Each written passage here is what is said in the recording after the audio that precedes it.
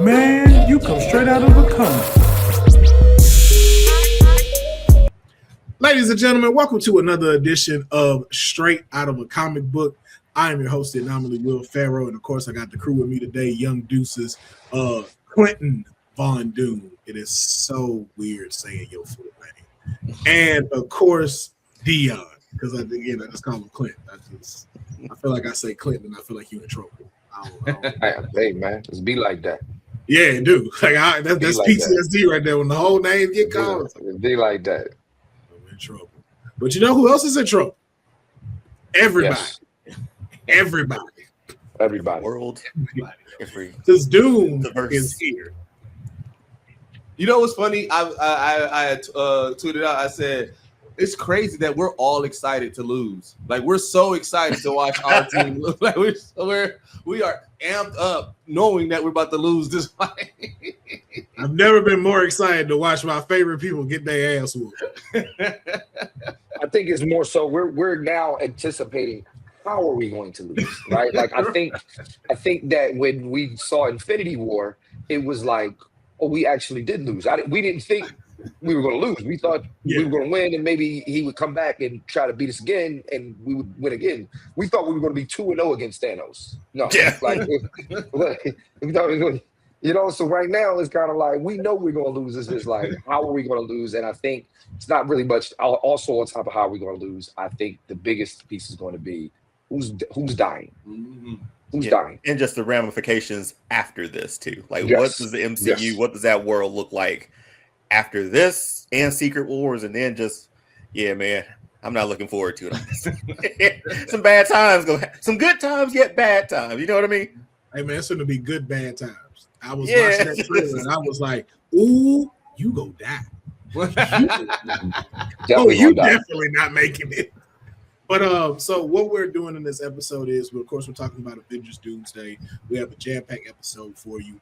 So we're doing two things, though. We're going to check out the Doomsday trailer itself. For the full episode, if you're watching this, you can go watch this separately, just because, of course, of copyright issues. So this is going to be our initial first reaction. Then we're going to get into our full trailer reactions and some more that all circle around Doomsday. But for right now, we're going to watch the trailer, and then we're going to get into it.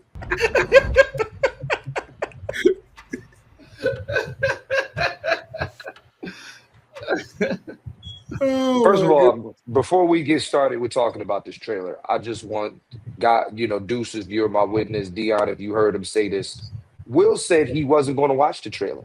Will said that he was going to go into this movie raw and naked. Oh, really? He said that. He said that. I just want to.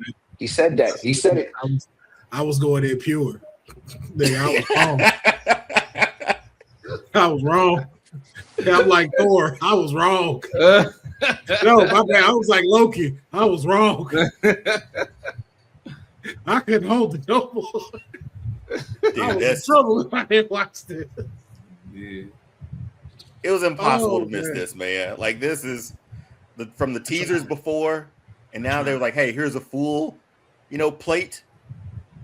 There was no, you couldn't run. You couldn't run from this, man. I was like, I'm not gonna watch them. I know what's in them. I don't want to see it. I don't care. Then they was like, "Man, we dropping a full trailer," and I was like, "But they're not gonna show Doom like that.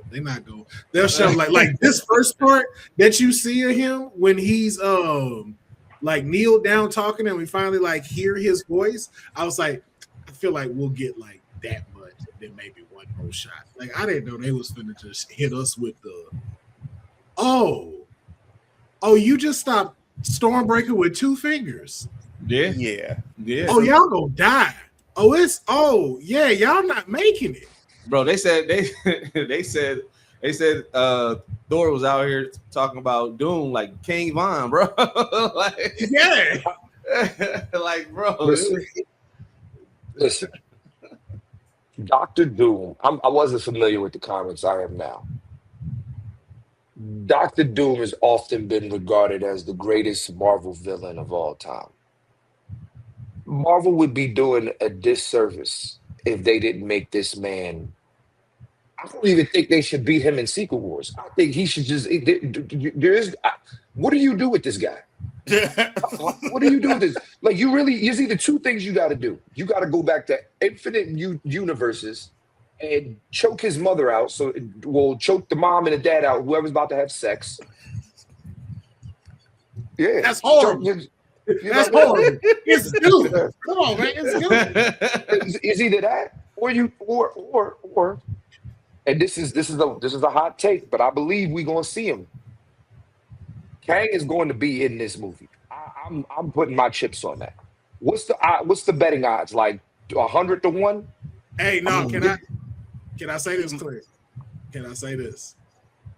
I'm not gonna lie. I think this is the part where we see Kang when he's kneeling. I don't think this is anything else besides that. I think right here, I think this is him fighting Kang in Latveria. Or some version or in the void somewhere. I think this right here, because it's like, yo, you're going to have to make an unthinkable decision.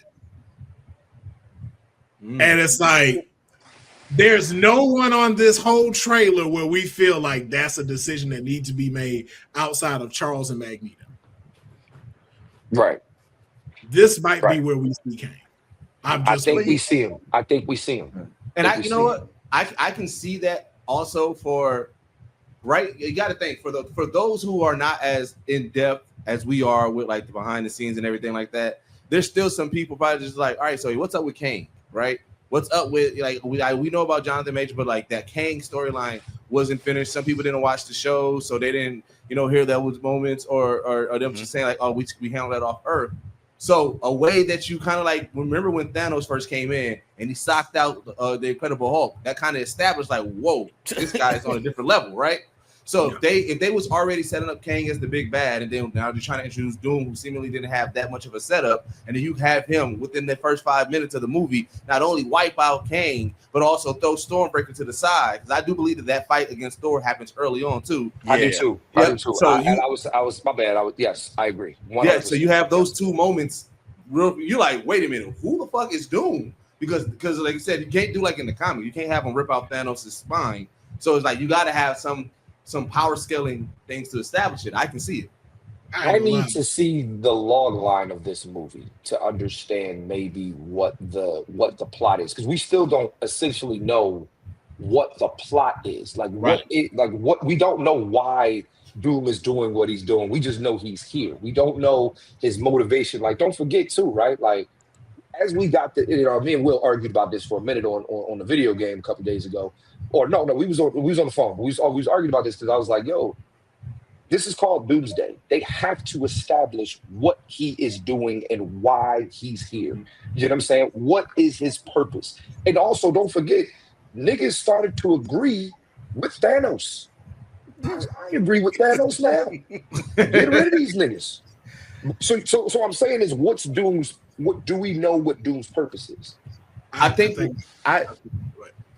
No, well, just circle back to the Kang thing. If he comes out and just takes out the Council of Kangs, that's enough to establish him as being like the be all end all of this universe. Yes, it is. Like, because hell, like, let's be honest, like one of the Kangs got beat by Ant-Man. We don't want to talk about it, but it happened. So if he walks through the entirety of that, like, let's say he just comes into that arena where all of them were, and he just destroys that arena that they're in. You're like, oh crap, everything that we just did in this other timeline with Kang, whatever Loki's up to now, like whatever that is, it's just been disrupted. Yeah. And the thing about like, why is he there? I can only think of like the incursions are happening. And if you know, like the storyline for that, like he was the one who, like, hey, I see this happening. I'm going to do what needs to be done in order to, I don't know, make another world. Make another world. Yeah, but I think that's what you see though in this, which is why I don't think you have so much Doom's story being told. I think it is these moments in time, because it's like, if you got to think about it, incursions are a big deal. Mm-hmm. Like, we've heard them, we've vaguely saw the ramification of one in Doctor Strange and the Multiverse of Madness, but we haven't seen like what this could do. You say midness? Yeah, is this okay? Well, here's the thing. Here's my thing too. On top of that, the only reason why I've been championing for like we got to know a little bit about Doctor Doom's story or who he is because the Russo brothers made a great point. They said during like press interviews and stuff like that was like, first of all, like there's a reason they're re-releasing Endgame, right? Mm-hmm. There's a reason why Robert Downey Jr. is the only one who can play Doctor Doom. But then the last piece to this is we have to, you have to, hold on, I'm sorry. Doctor Doom, they said that if you haven't watched any of the shows or anything or whatever, you would be able to watch this movie and enjoy it. So the thing is that if that is the case, then you're talking to you, me, Deuce, Dion, we're all like ingratiated in this Marvel universe. We've watched every show. We've watched every movie. We've been loyal to them in dark times, during shows and movies we didn't like, and we've been loyal to them when we like, oh shit, they got a great thing going on right here. And the fact of the matter is that they knew they were in trouble. So my thing is like you have to get the casual fan involved. And my thing is that yes, we do believe Doom is going to keep his mask on, but I'm looking at this kneel down right here. I don't even know. I think I see a fucking mustache. I see handlebars. Oh, that's the mouthpiece. That's the curve. Maybe I don't know. Maybe I'm mouthpiece curves up. So no, maybe I'm Reed Richardson. But no, nonetheless, I do believe that you do have to do things for the casual fan and do things for the casual person who just wants to go see this movie and have no context of what the fuck has been going on when it comes to the multiverse, when it comes to all of these other things. I think there's going to be more Easter eggs for us than there will be overt things for the fan, if that makes sense. You know what I'm saying? Mm-hmm. So I think they're going to put in things that's like, oh, you watch the shows? Here you go, right here. Boom. You watch Ant-Man and the Wasp? Boom. You watch this? Boom. But for the random Marvel fan, I think you have to give this Doom story in some way. It's called Doomsday. So here's what I think is going to happen because obviously we know we're going to get another trailer before the movie come out, right? Yes. Mm-hmm. Yep. This trailer was the reaction trailer. This was Thor reacting to the shit that he saw. And then the next trailer we'll probably get Doom's speech and here's where I think even with what you said with him, like, beating Kane, you got to think, like I said, with Robert Downey Jr., his whole thing, even with when he created Vision and everything like that, and Ultron, his whole thing was to protect the world. He wanted to put a suit of armor around the world, right? So now you got to think with Kane, he wanted to protect the timeline, but he still allowed other multiverses to exist. Where Doom, he wants to rule one timeline. He's like, bro, all this other stuff is confusing. And if they're saying that Robert Downey Jr., he can be the only one, he was like, same thing as like Iron Man. I want to put a suit of armor around the timeline, but there's too many timelines. So let's fuck all this shit up. Let's make one timeline, and then I can rule. As like I said, that's what he wants to do. He wants to rule over one timeline. At least that's how it was in the comics too. So I feel like that's going to be the storyline that we're eventually going to get. Because with Doom, it's not like a Thanos or a Killmonger where it's like there's two sides to the coin. It's like he wants to just run. He's just that bad. So it's just like I feel like they got to establish that, and I feel like that's how you do it. So, but my thing is, don't we also have to establish how he got so powerful in the first place? I don't think you do. That's the thing. I think you tell that in Secret Wars, because you got to think about it. What they're doing right now, again, you cannot get past incursions. And one, you're combining. First of all, it's supposed to be 6 realities that are going to be in Doomsday. So that means 6 timelines are witnessing incursions, which means the core of their universe is imploding, which I think he's going to figure out how to become God Emperor Doom, take pieces of all of these worlds and make Battle World, and also include the Void in one of those. I think that's also one of the realities that are in. What you about to say, Dion? No, but how he got his powers because he defeated like the Beyonders, right? Like that's how he became. But we know that. Does the yeah. You're right. You're right. Yeah. But like the Beyonders were the reason for the incursions, right? Like, or was it the other way around? I can't remember. Well, they changed it now. Now it's Strange. Strange is the one that caused these incursions, and then with his multiverse of. And that's an interesting.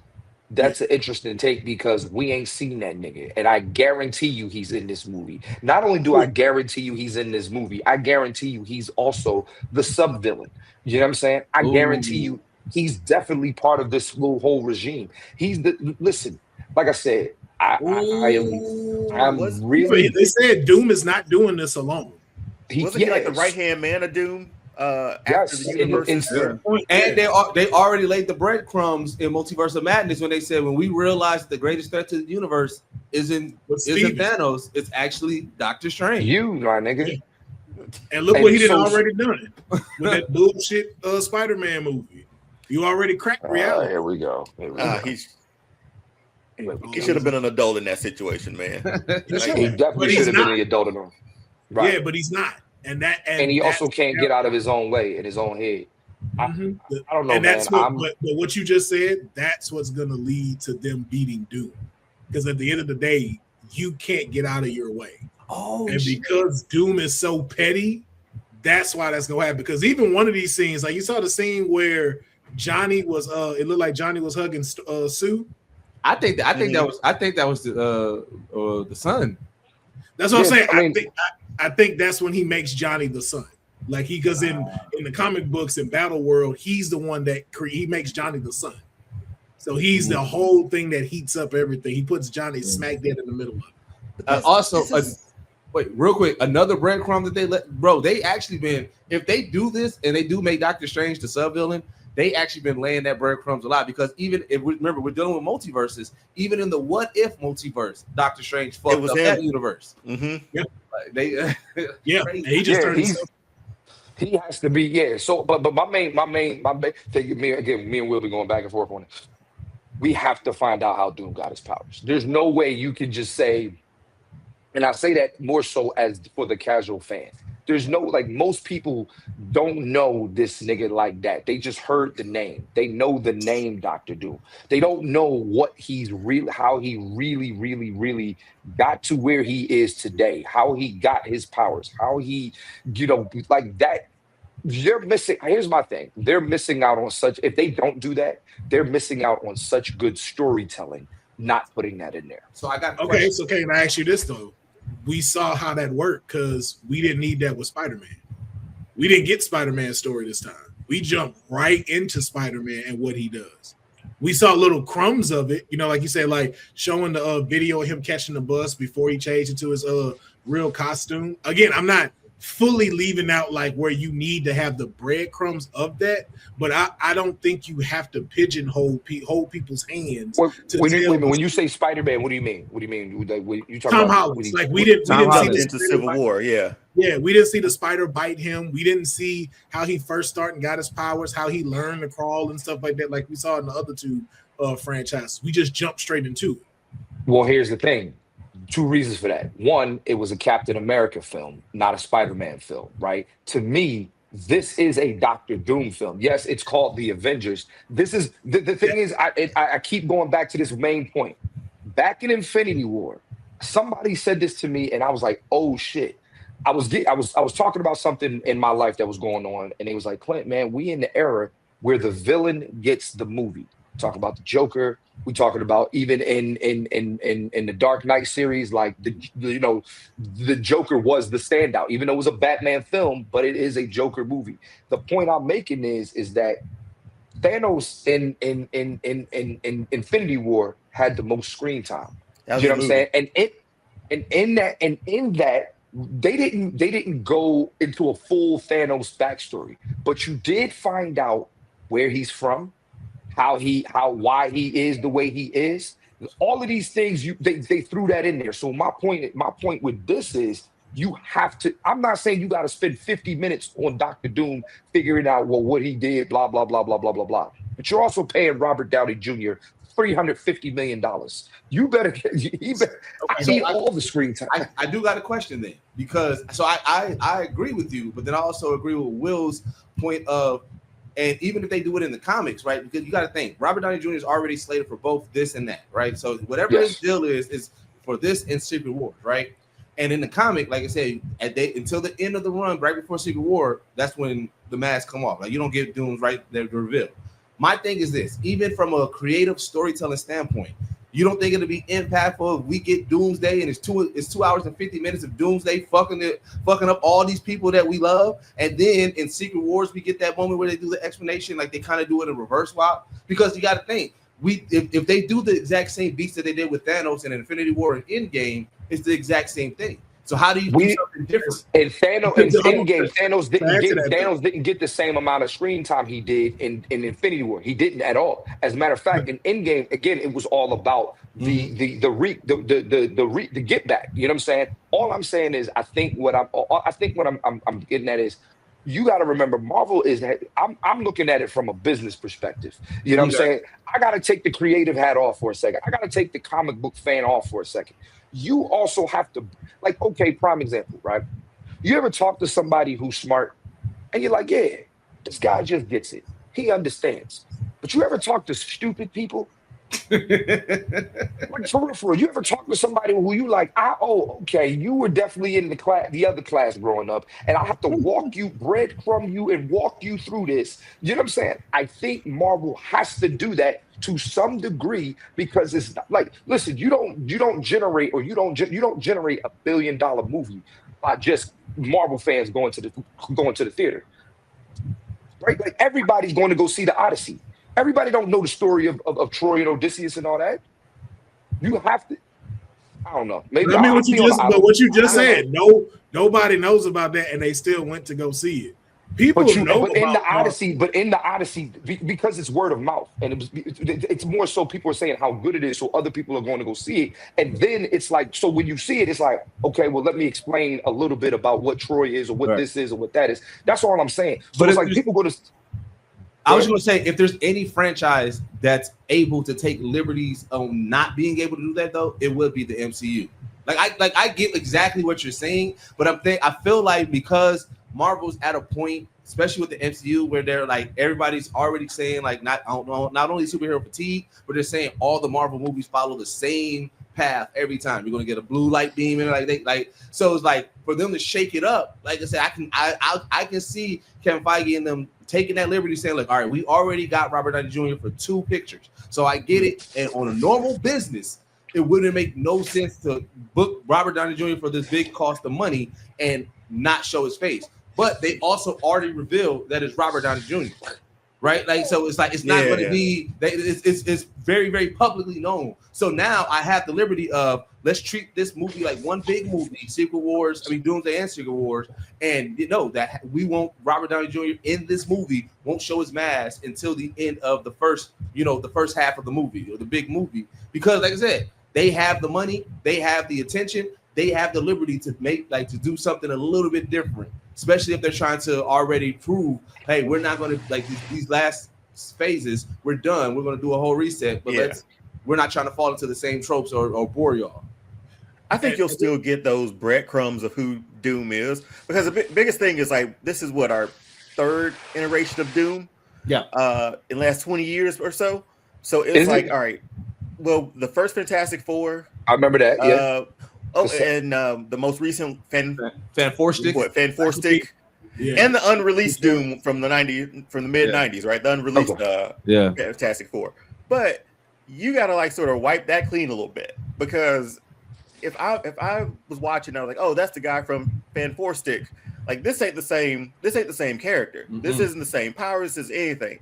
So just establishing Doom as, like, the be all end all in this movie, I think we will get more of his. I think we'll get his why, and I think we'll get, like, how he became so powerful, and that might be about it. But honestly, that's all you need. And you've already proven in the trailer, and I'm fine with that. You stopped Stormbreaker. Wait a minute, the Stormbreaker that sliced Thanos almost in half. You stopped that. That's enough to establish him. At the same time, like, I want to see him get his powers from Beyonders, man. That's where I'm at. That's where I'm at. But that's why I say too, just like even to Deuce's point, is why you'll see the flip of it. Just like how you said, Infinity War was mostly Thanos. We didn't really see him in Endgame. I think you reverse it here because I think we're focusing too much on the fact that it's a Doomsday and not enough of Avengers. Look at the trailer we just saw. Everything focuses on them. This is a big deal that MCU and Fox are merging together. Watching Mystique and Yelena fight one another. Yo, that is 3 hours right there. To where also, you don't, and then again, even from a business standpoint, if I got Robert and I know Doom is Robert, think about it. We already got to establish Doom. The big twist that he looks like Tony Stark, that is a piece in this story of how all of them react, how everything gets changed upside down. That is something that you save, especially when you know Secret Wars is your next thing. Yeah. And then I think in Secret Wars, we learn it from his side. Because now all reality is him. So think about how WandaVision started off. How no one knew what the fuck was going on, and it's kind of like, wait, this don't seem right. And then you see Doom as Emperor Doom, as God Emperor Doom in his chair. Now again, too, you still see how he done got his powers. So again, like we all agree, and you got to sprinkle that in. But I think the majority of his story you get will be told in Secret Wars, and then how that starts to crumble. Because again, with Secret Wars and Doomsday, we have to jump through multiple different perspectives. Because we're going to be jumping to Black Panther and Namor. We're going to be jumping to Fantastic Four. We're going to be jumping most likely to the Young Avengers in Secret Wars because something's not going to be right when this clock hits 0. Yeah. So I'll say this too. To Deuce's point, the second trailer is going to tell me everything I need to know. Yeah, yeah. The second trailer will tell us everything we need to know. Because if in the second trailer, all we do is see something like this, and we don't see his face, we just see him do,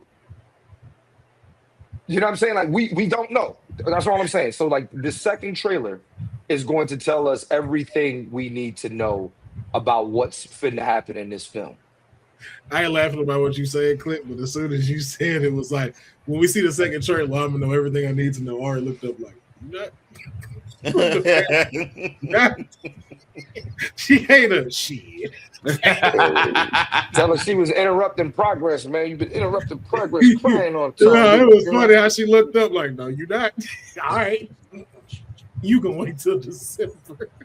It's like, I know something you don't know. What do y'all think we're going to see in the next trailer?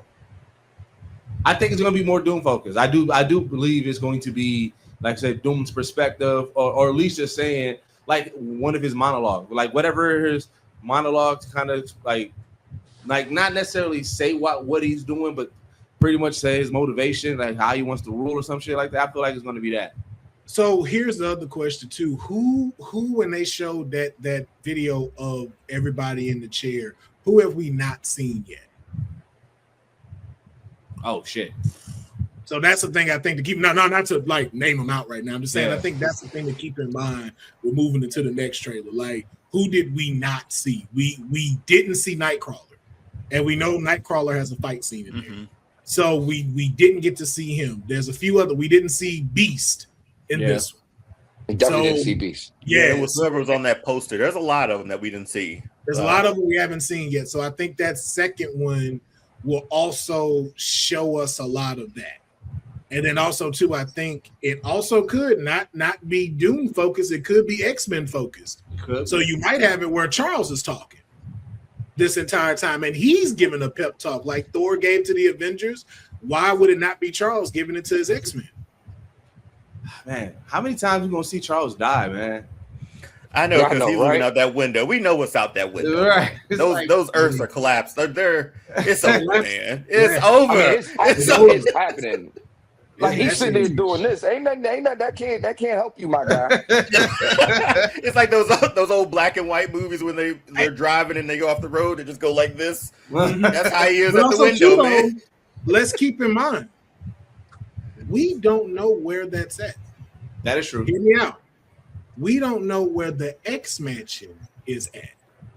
What if it's where the same place He Who Remains is, and he's witnessing it from a safe place, but watching all of it get destroyed? Because we keep forgetting that the TVA is also involved, and when you break down what the TVA can do, another reason why Kang has to be in this. Yeah, they can move on. They can move the whole school. Yeah, and then there's that whole thing about the scene where you see Ben and all of them together. This is supposedly in the void. So you think that's the void? So I don't know. Because like I said, they're clearly keeping the water back, and I was like, I don't know if it was Namor or Sue that's doing it, because or Wakandan technology. It could also be that. But it's weird because it's like that doesn't look like seafloor. Like I feel like even that doesn't look like seafloor. But where he was at Talakon, that did look like seafloor, and it did look like the water evaporated or whatever the fuck. Right, yeah. And but like I said, that's clearly a wall of water behind them. So I'm like, I don't know where they're at. Like this is a weirdly looking scene. It could also be fake though. That could also not be there. It could be. That's the biggest thing to me. And Falcon. I got a hot take about who's not there and that and what it doesn't make sense. Because in that last scene, I don't think that was actually Cap. That I think that was Loki. I said the same thing. I said the exact same thing. Because now Loki's finally worthy. This man has been burdened with glorious purpose. He's worthy of it now. That would be dope to see.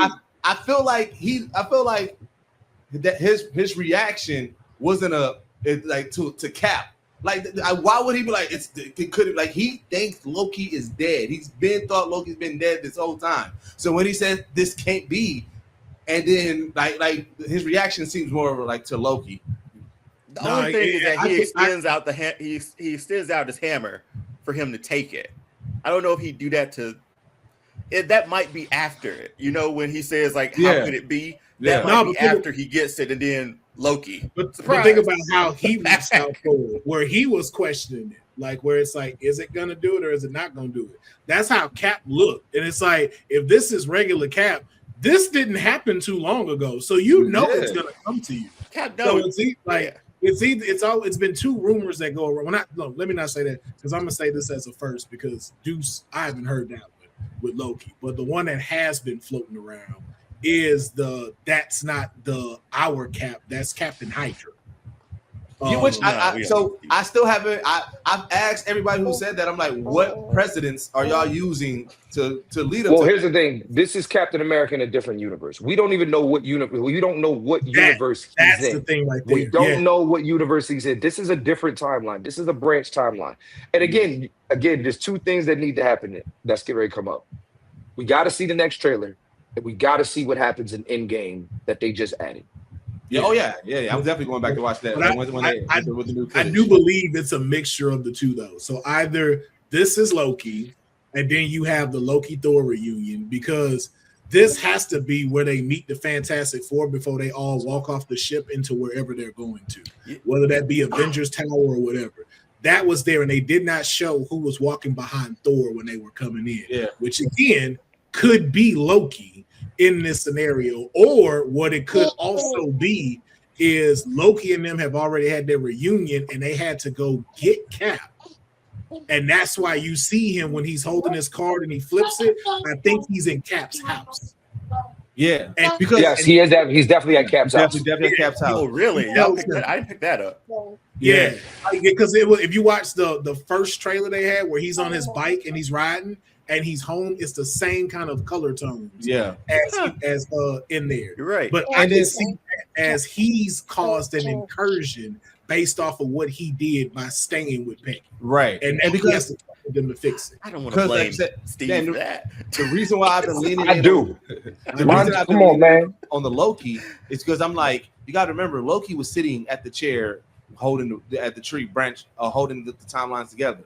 Mm-hmm. So he's obviously like he got off the chair. One, I need to know what happened that got him off the chair. Obviously, it was Doom, but it was like, nigga, did Doom pack you out and then now you have to like flee, or like did you see? Because obviously, or it could be a variant. It could be a variant. Do you think Captain America is in the Fantastic Four universe? That's where I think he is. I think that's where I think he is. Well, because there's rumors to say the one when he went back with Peggy, he stopped World War II, which led into the Fantastic Four 60s. Oh, okay. So because again, if there's no World War II, technology, there's world peace, which we see in the Future Foundation, and technology changes. Technology is advanced. Technology, you know what I'm saying? Yeah, because remember, there's a Spider-Man there and there are X-Men there because they hinted at that. So they're in that universe. So I could see how that would happen based off of them not I would say not fully stopping it. I would say like they stopped it at some point, but at least to the part where you at least still get Magneto. To where that at least went down. But I do still believe that this is not our Cap. And remember, like when he went back, you split the timeline.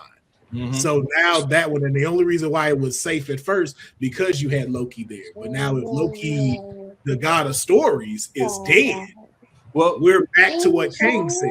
Yep. And we can also tell that this is not our Cap because if the one that they showed us in that mini trailer, was the Cap with our Cap, beard, like shorter, like it's like, bro, wait, did you just grow all that shit like for the real quick, like so it was like so we're thinking like every Captain America is worthy. If that's the case, like in every universe, he's worthy. He can't be. He's got to be. But here's the thing, because the Hydra version of him was worthy. Because in the comic book, he gets Thor's hammer. But didn't they change the inscription a little bit? Like it was the enchantment got changed or something, like it got manipulated or something like that. It was made outright. It was like, whoso holds this hammer, if they be worthy, will possess the power of Thor. That we kept changing that to if you're a good person, you get it. It never said that. It said whoever holds this hammer, if worthy, will possess the power of Thor. And if you're pure of heart, that where your side is right, why couldn't he pick that up? Because remember, Hydra believed what they doing was right. They believed what they was like, yo, freedom is a false perception that needs to be taken away. They believed that they were helping the better good by defeating their enemies. So you were, and again, America in some ways think the same thing. So you have Captain America that stands for that. You have Captain Hydra that stands for that. So it would make sense that he could pick that hammer up. But I don't think Hydra is the worst panel in Marvel comic book. Oh my god! But I don't think you put that. And I don't think you put that back in here. I don't think you press that. That's why the Loki thing seems way more valuable. Because again, too, we in space. Why is Cap in space the first time Thor sees him? Right. Right. You know, that don't make sense. That doesn't make sense. Yeah, that Loki stuff make perfect sense though. He just hold it. And then he turned back into himself and he just look at him. That's why he say it's not possible. That's what I'm saying. That's why we say that's what we do. I said it on Wednesday. Dude. Yeah. He's finally worthy, man. He's finally. After 39 movies, he's finally worthy. After 39 movies is crazy. This is 39. No, because if you think about it too, how much they've told his story of redemption from where he was to what he is now, and Loki has had a pretty consistent through line of the MCU. Like we've always had some kind of focus on him because he could have easily like been done in Avengers. Yeah, and they didn't, and they's like, no, we're gonna keep going. Like he's involved in this heavy, so it's like I can see that redemption arc coming. But we're gonna jump into some other segments with this. I know Clint does have to hop off, man.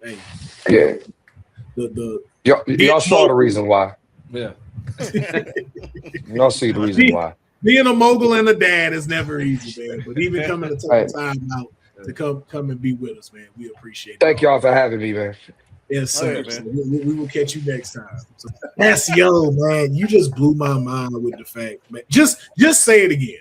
So we have a fresh clip for it. Please state what you just said, your theory. All right. So my theory is this, that like I said, in that moment where Thor says it's not possible, that is not Captain America. That is actually Loki.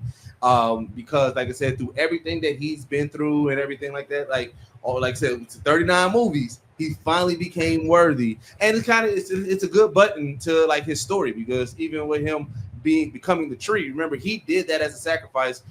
That was his self-sacrifice of everything that I put into this universe.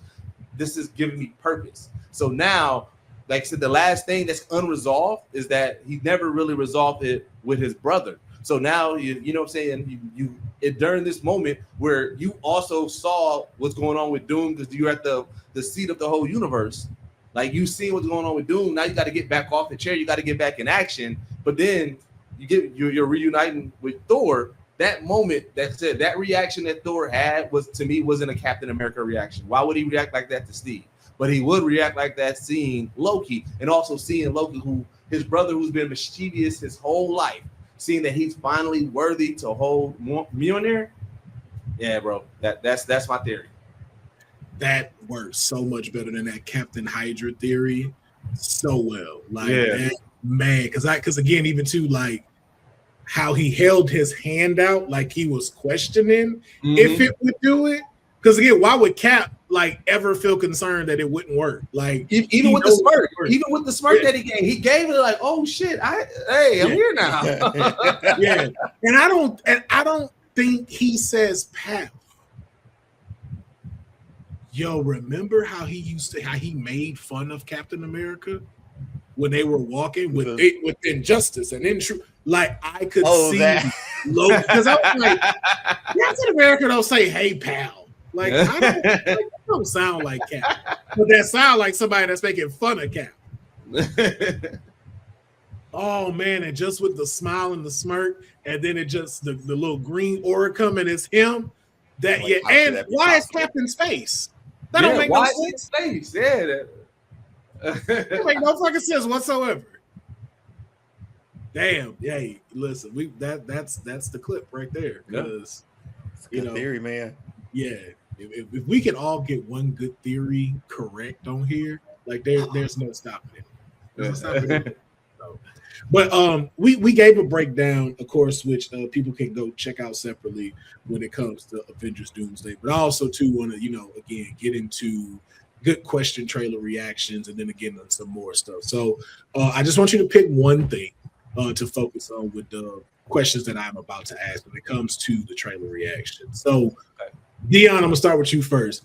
What made you yell when you watched this? You're a pretty calm person, but what made you? Man. All right, I'm not gonna take the obvious with Stormbreaker and the two fingers, man. That was obvious. That all got us. I ain't gonna lie. Seeing Cyclops in his full suit, that was my first initial reaction of like, oh man, here we like. Just show me that. You could have showed that clip for me, and I'm like, I'm there. Say less. Even when the teaser, when he took his goggles off, and I was like, finally. And shout out to James Marsden, man. He finally gets to be Cyclops. Mm-hmm. That was my moment for that one. Like, I don't know how long he's gonna be in the movie, or if he makes it, but hell, man, we got him in the blue and yellow. That's all I care about. Yeah. Deuce, what about you? Because I know you are someone who is a real Marvel enthusiast like the rest of us, but what did you see that was just like made you yell?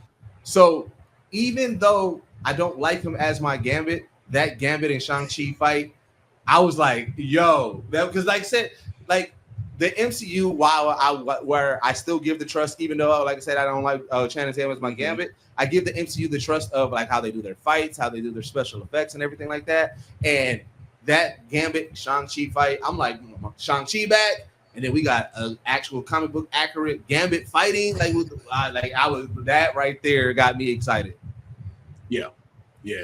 Now I know. I want to know too, what gave y'all chills when it came to this trailer? Because I know for me personally was when Mystique turned into Yelena. Not the fact that just turned into Yelena, but still the old school way of her turning with the little, because we saw like the scrolls turn and stuff like that. And I was like, all right, man, that's cool. But I always thought the way Mystique transformed was just so fire. And to see that again, I was just like, oh, she's back. Oh, they did it for me. They did it. And it was space too. It was just like right in the middle, like, oh. Yeah. Oh, man. But Deuce, what about you? What about this trailer gave you chills? You know what? So one thing that I always love, and it gives me chills all the time because I just love this property much. I love when the Wakandans get into fighting stance, bro. Like that moment when they was in, like I said, Talokan, and then like I said, like they had to, like I was like, oh shit, because I already know that Black Panther sound plays on it. Like, and I love that sound, bro. Like, oh yeah, I love that. So like that for me, anytime that we can tap back into Black Panther or Wakanda, I get chills on that. Dion, same for you, man. What about the trailer just gave you chills? The whole 2 minutes and 20 seconds. But no, but I mean, shoot, man. Before all of our theories, it's seeing Chris Evans back as Cap. Like that was like we knew, we saw the teasers, we knew all of it, but just, you know what, not that moment, just to see Mjolnir go back to him like that, because we know how that made us feel in Endgame. It sort of it perked that back up again, and then I was like, all right, man, we back in it. That's how I think I ended the trailer, was like, oh, we back in it. That was my like chills moments, because I remember Endgame, man. It was just something about it. That seems to be the consensus with everybody. Marvel's back. Marvel is back. But even too with that, because I know I had two questions that are kind of similar, so I'm gonna combine them into just one. In watching the trailer, though, I still want to know. I know everybody wasn't fully convinced. I know people did say, "Hey, it is back," but I'm more curious as to what at least is one concern that you have after watching this trailer when it comes to Doomsday. And Dion, let me start with you. Yeah, man, concerns is a tough one, because I think for me it just boiled down to the cast of characters that we're seeing. Like the ones that we saw in this trailer, it made sense. Fantastic Four, the Avengers with a Z, and the Avengers with Sam, right? And the Wakandans and everything. I think just like Monica Rambeau's not there. You know, I don't even know if she's in this movie. It's just like I wouldn't mind seeing like some. I didn't get a lot of young talent in this one. You know what I mean? To for a future run for Marvel, but maybe that's later in Secret Wars. Right now, it's like, hey, we're getting the old band back together. But that could be. I'm talking myself into concerns, and I hate this. My concerns is that it's too much of like bringing back old things. You know what I mean? That could be a concern a little bit. But for me, man, I enjoyed the shit out of this trailer. This was great for me. Well, it's a great trailer. Right? Yeah. I'm having trouble trying to figure out the concern. Yeah. If there's none too, you could just say, "Hey, I don't have a concern." Yeah, right now I don't, because I didn't like the micro trailers at all.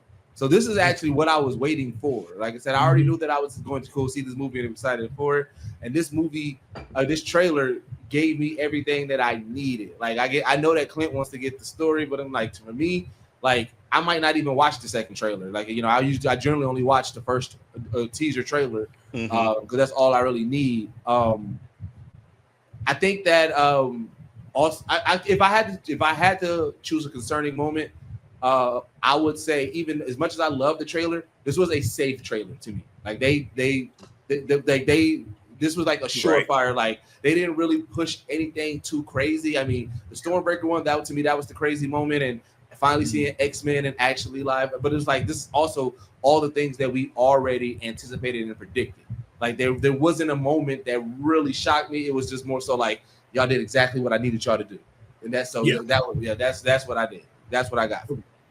Yeah, I think the only concern I have is sort of to Dion's point, is just so much has to be told in 3 hours. Oh yeah, absolutely. And I'm just curious how you will blend that well. But again, it's a small concern because I have faith in them, because we said the same thing with Avengers, said the same thing with the second Avengers, even said the same thing with Civil War. Like, like how will y'all handle all these characters? And I think they did a fantastic job when watching Civil War and having all of those people there. So I know this is on a more grander scale, but I think just from what we've seen with them putting pieces of them together to be able to jump to different perspectives of the overall story, I think they'll be able to stick the landing, especially in the Russo brothers.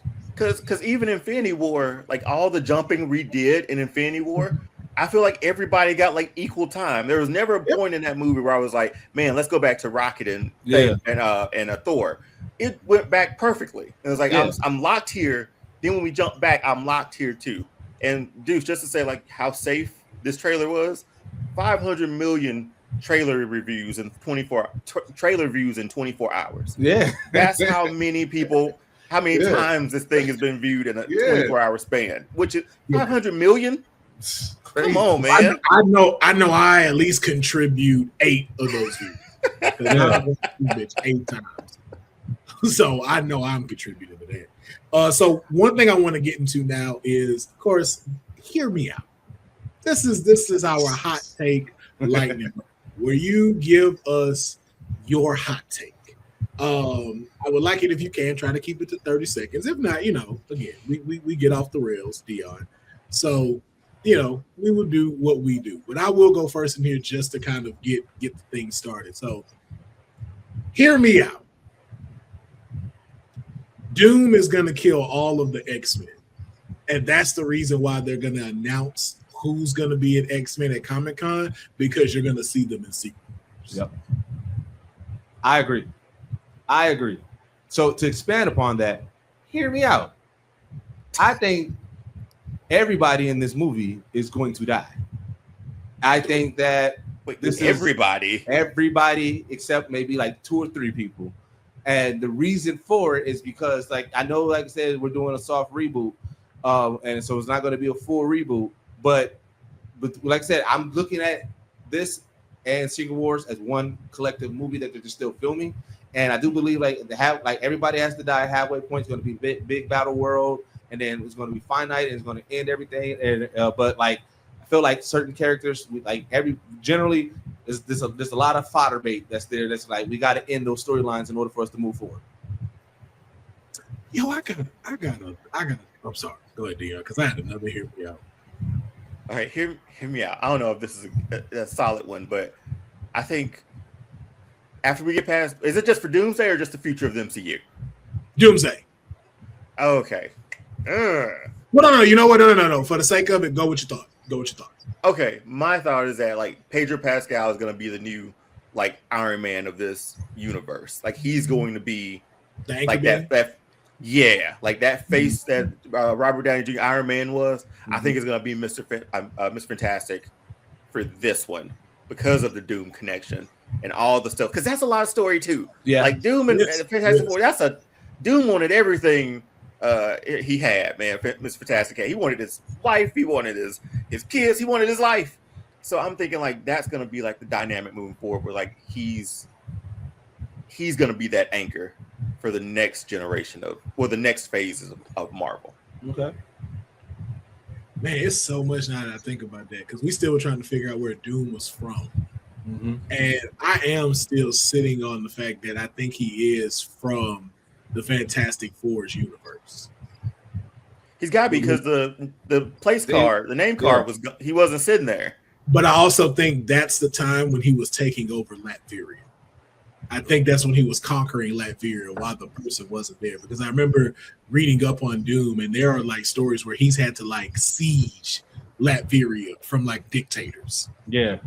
And I feel like that's why you didn't see him there. But I also, like, if you're saying if you're going to make Reed the anchor being, I think when you saw that closing scene of Fantastic Four, I think that was, because again, like, if Sue knew who Doom was, she wouldn't have had the facial expression she had. She wouldn't have been like that. Like, if she's encountered Doom before, it'd have been like the face would have been different. This was the face for me of a woman who did not know who this person was, or may not knew that, oh wow, it's Victor. Like I feel like they have not seen Victor in years. But it's going to be interesting then, because like I said, that first no mask interaction is going to be the one that kind of lets us know. Because what if they see the face of Tony and they're like, wait, who the hell are you? You're not Victor. Or what if they see it and what if they see it and it's like Victor and everybody's like, Victor? No, that's Tony. Like that's going to be, that moment is going to be very, very crucial. And that's why I say Robert gonna keep that mask on most of Doomsday. Like that's too crucial of a part for you to just flat out give away just so you get more more screen time of Robert, which makes me think we're going to get more of him in Secret Wars than we will in Doomsday. Because the other thing I know Clint, like, we don't talk about, he hadn't mentioned, is Peter. Or what happens when Spider-Man finds this out?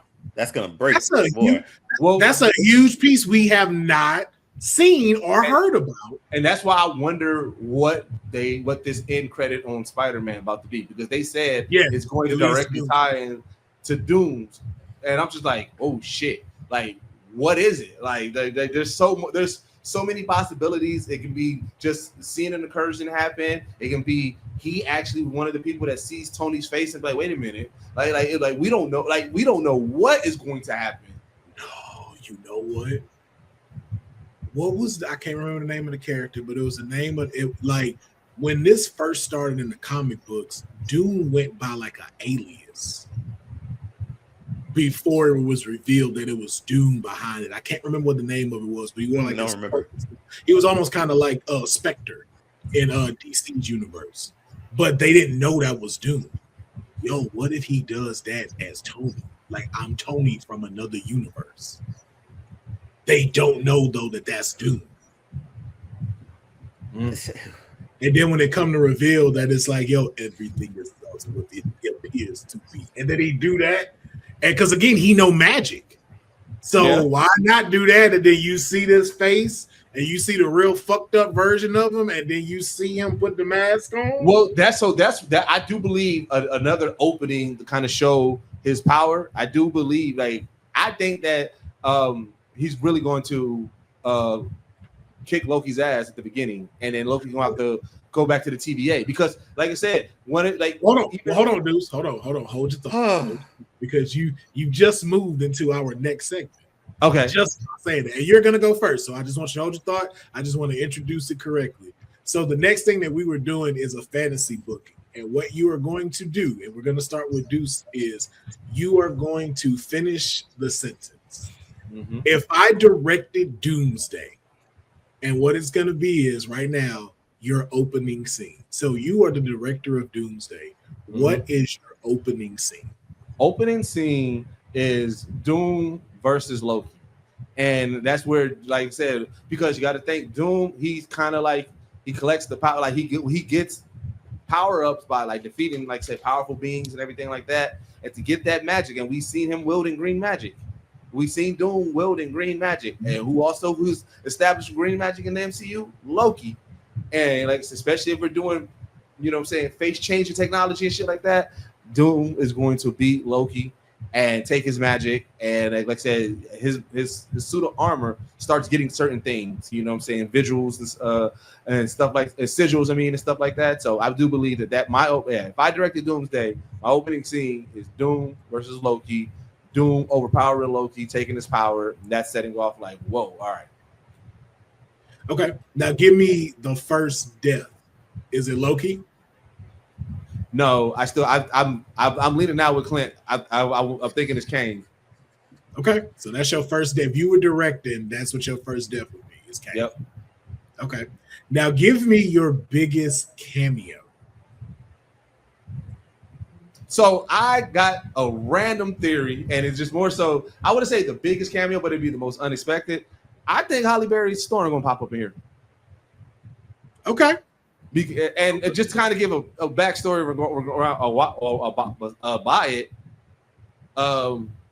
Halle Berry started reflecting on Storm and everything like that randomly on Twitter. Started reflecting as her time on Storm, right? And then Chris Hemsworth was doing an interview, and somebody was like, Halle Berry told me to ask you why ain't Storm in in Doomsday, and then Halle Berry reposted that, was like, he knows why. And it was like, wait a minute, so you are actively talking about Storm in this Marvel MC universe? And I think that for me, that would be like, oh shit, I did not see that coming at all. That's my biggest cameo. I think she does show up, but I'm curious if she shows up from a different timeline. I definitely think it's gonna be a different timeline. Yeah, but also now, you know what? I think it will be extra, because I don't see because again, we like to jump so far ahead, and then it's like the obvious one, and it's like, okay, but we don't know what happened to regular X-Men Storm. So it's like, why would you not show that? Yeah. Why would you not give us that? But one thing I would like to also see, just to throw it out there, I would like to see her in a different universe, married to a different Black Panther that's older, like Denzel. Yeah. Somebody said Denzel is currently around Comic-Con. Yeah, and he's in the next movie too. Like he let that slip a few months ago. I think he's either a villain or I think he's Bass. I think he's the embodiment of Bass. Okay. But that's just me. But okay, so we're still in the direct to see the Deuce. What is your final shot of Doomsday? Emperor Doom on the throne. One. Just panning out? Yep. Okay. But then give me your end credit scene. So my end credit scene, that is it's going to be a scene with the big guns. So like I said, to me, all the people are saying there's like this person not in it, this person not in it. We haven't seen this person in the trailer and everything like that. I think that's when that's going to give us our signal that all right, we got to get it together. So I think that's when I don't know which characters yet, but I'm like you'll see, you know what I'm saying, Monica Rambeau, you'll see Beast, you'll see, you know what I'm saying, like you see the big dogs that you're like, oh shit, all right, now you know what I'm saying, you see Wanda, you see Doctor Strange, maybe like it just whoever's going to be the big guns that we need to defeat Dr. Doom, that's who we're going to see. Okay. All right. Now, Dion, we go over to you. You're in the director's chair. You are the director of Avengers Doomsday. We're in the writer's room. Walk us through. What is your opening scene? Mine, like we talked before, Doom taking out the Kangs. I want him to like walk into the arena. I don't know how we can get by without showing Jonathan Major's face. I don't know if we got the rights to that because we got him in old stuff. I don't know how you do that, but he just destroys all of them in there. And that goes into my first death is just all the Kangs. Like that's how we get rid of Kang out of this universe somehow. So yeah, that's my opening scene, and my first death is the Council of Kangs. Like I want the whole Coliseum, torched. Like how he's getting up in that trailer. That's the aftermath of everything that just happened. Cameo, long shot, but we got Gambit in there, right? Let's get Deadpool in here somehow. Let's have him make a cameo in this. A little levity too, obviously, but let's see if he can make a jump into this one. What was the next one? Final shot. Final shot. All the incursions, one universe. Like there's no more worlds. There's no more. It's just one.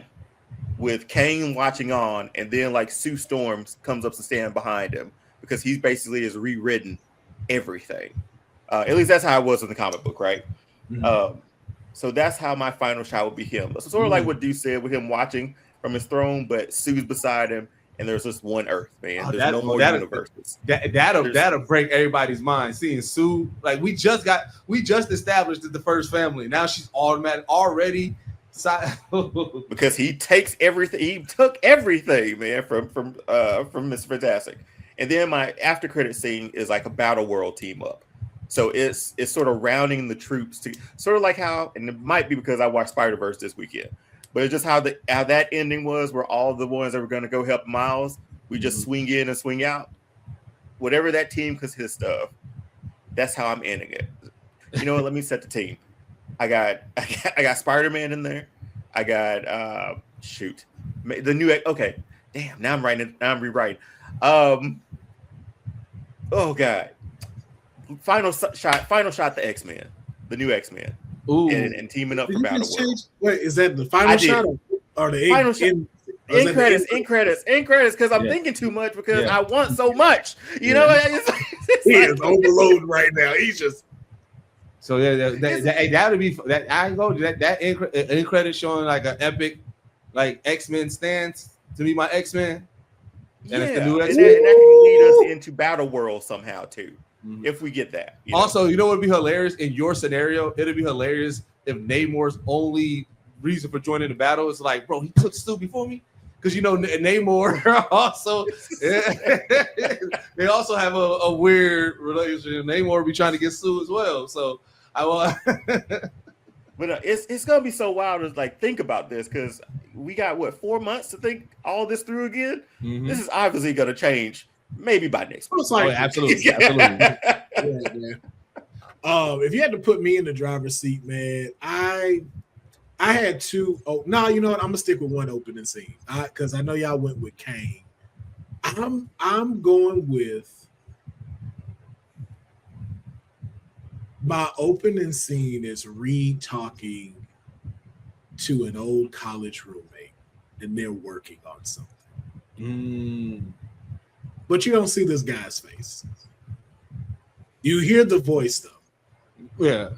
And you also hear him say the same line Tony says, but just a little bit of a different variation. I don't know how it would be phrased, but instead of a suit of armor around the world, it's this. But that's what causes conflict between him and Reed. And you start to establish the relationship between these two. We know who it is. Yeah. We know. Yeah. They know. And you don't show that. And that also hits exactly what Clint wants, because like so now you get like giving you a little bit, you're a little bit, yeah. And then you know what it can be? It can be a shot where you see Reed, and then you just see the guy's hand like this, and it's like it is to deter a ultimate duel, and blacks out. Marvel Studio credit starting.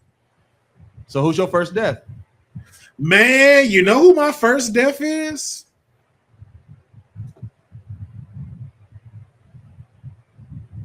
Thor. Thor got a kid now, man. We got to get him back to his kid. How about no one? How about that? How about no one? Why mine gotta have nobody? First of all, y'all killing off the black people. Why y'all killing off the black people when you know we don't have a lot of them in here? I killed another villain. Okay, nigga, I said Thor. They lost their mind real quick. They were like, "No, the one with a child." I'm like, wait, that's your biggest upset about this? Yeah, man. Tony had a kid. Y'all didn't care if he was gone. I heard no one say that. Oh, yes, man. we did. I didn't kill him off. Ooh, you know what? I'm not opposed to that because so here's the thing. I keep on looking at these movies, right? As like, all right, obviously, like I said, they said it goes into like right after Endgame and everything like that. But like a good chunk of Infinity War and Endgame dealt with a self-loathing Thor, right? Now we dealing with a fear Thor, and I'm like, I get it. He was in that first trailer and we heard his speech, but again, it's like, is Thor the through line? So that we get him out, like, yeah, I'm not opposed to us getting him out because, like I said, it's like I get it because Thor's a guy, like, but it's like, how many times do we gotta hear Thor be scared or Thor be self-loathing or Thor be down and out? Like, we did it already. And what better way to establish that even more than by going, hey, who am I? A god killer. So I'm going, the first one I take out is an actual god. That's my first step. I'm not opposed to it, man. I'm not opposed. Then you focus on everybody else because now it's okay. We're focusing on the new class and still this older class that's going on. And if you notice too in the trailer, you don't see Thor at that X Mansion. You hear put your petty squabbles, and that could be him talking to Fantastic Four or talking to both Avengers teams. And they go on this mission, and Thor does not make it back. Yeah, that could be first act fight because I do believe that fight happens early with Stormbreaker, and it's like after that, I don't see Doom just tossing the Stormbreaker and then walking away from Thor. If he tossed Stormbreaker, that's a final fight, bro. And again, if you think about it, who do you have left? Which is what you just said, Dion. Reed being the anchor, because who else is gonna know about Doom other than Reed? And then also, you get the Council of Reeds, which means what if John Krasinski's Fantastic comes back? Remember, that was one version of one branch that got altered because of what Wanda did. So that's a now separate timeline, which means that other version does still exist somewhere. Then in the comics there was an Illuminati before this, there was Illuminati for 6162 that no one knew. It was Black Panther, Namor, Reed. I think Cap was in there too because Cap was like, "I'm not doing this." No, And Cap wasn't in there. Cap and Black sure? Panther. Cap and Black Panther refused to join the Illuminati. Because remember, this was during Civil War, and it was Iron Man's idea to send Hulk away to Planet Hulk, so he couldn't choose no one side. Okay. Because I read somewhere where it's like, again, there are different versions of the Illuminati. Yeah, I think I'm confusing the two. Yeah, they formed more than once. Because Did we get one in this one though? Did we get a 616 Illuminati? They didn't establish it, but they kind of left it in the air that there is one. That's the thing. It's not supposed to. It's like Fight Club, right? Yeah. You know what I'm talking about? Will, who's your biggest cameo? Man, my biggest cameo. Man, I'm gonna be honest, man. My biggest cameo may not be as big to everybody else, bro, but my biggest cameo is, man, I want to see the Eternals. Oh, I ain't gonna hold you. I'd be happy about Bring them back. I'm an Eternals movie defender, bro. So I definitely would love. Because it's like you still, and then because it's just like if you're talking about X-Men and everything too, it's like, man, I want something back dealing with a Celestial, so we get back to Apocalypse. Here's where to Clint's point of what I'm saying. Hand walking the people who are not as in depth as us, right? I do believe that if they try to go the Beyonders route, that's a lot of explaining that they were going to have to reintroduce. I do believe that the Celestials take the place of in this universe timeline. I think that we'll see Doom destroy them, and that's how he gets his power. You know what I'm saying? So I do believe that we can see the Eternals in this one because that, like I said, that's what the MCU does a lot. They'll substitute one for another, so they kind of establish it. You know what I'm saying? So I do, like I said, that's how I think that'd be the substitute. That Celestials and Eternals is what Doom has to destroy, and that's what gets him started on his journey. But to be fair with that, I could see all of that being used to get to the Beyonders because we didn't think in Ragnarok we'd see Infinity. Like I was not expecting to see a live version of Infinity. So for them, and then too, you also got the aspect of the kids that might be getting taken during Doomsday. So Franklin, Love, all of them being collectively used to get to the Beyonder, which I still say should get played by Henry Cavill. Because you just need one. You don't need a bunch of them. Just use one. And then he kills him and then becomes God Emperor Doom. And that's really like my final shot. My final shot is looking on his kingdom of New Battle World. So it can go from the throne getting up and you see two things. Sue and Scarlet Witch is the Latverian witch now. Ooh. And we saw the costume. And we saw her sigils on his shoulder. Which again, her runes that she had, her protection spell, those runes was actually on his armor.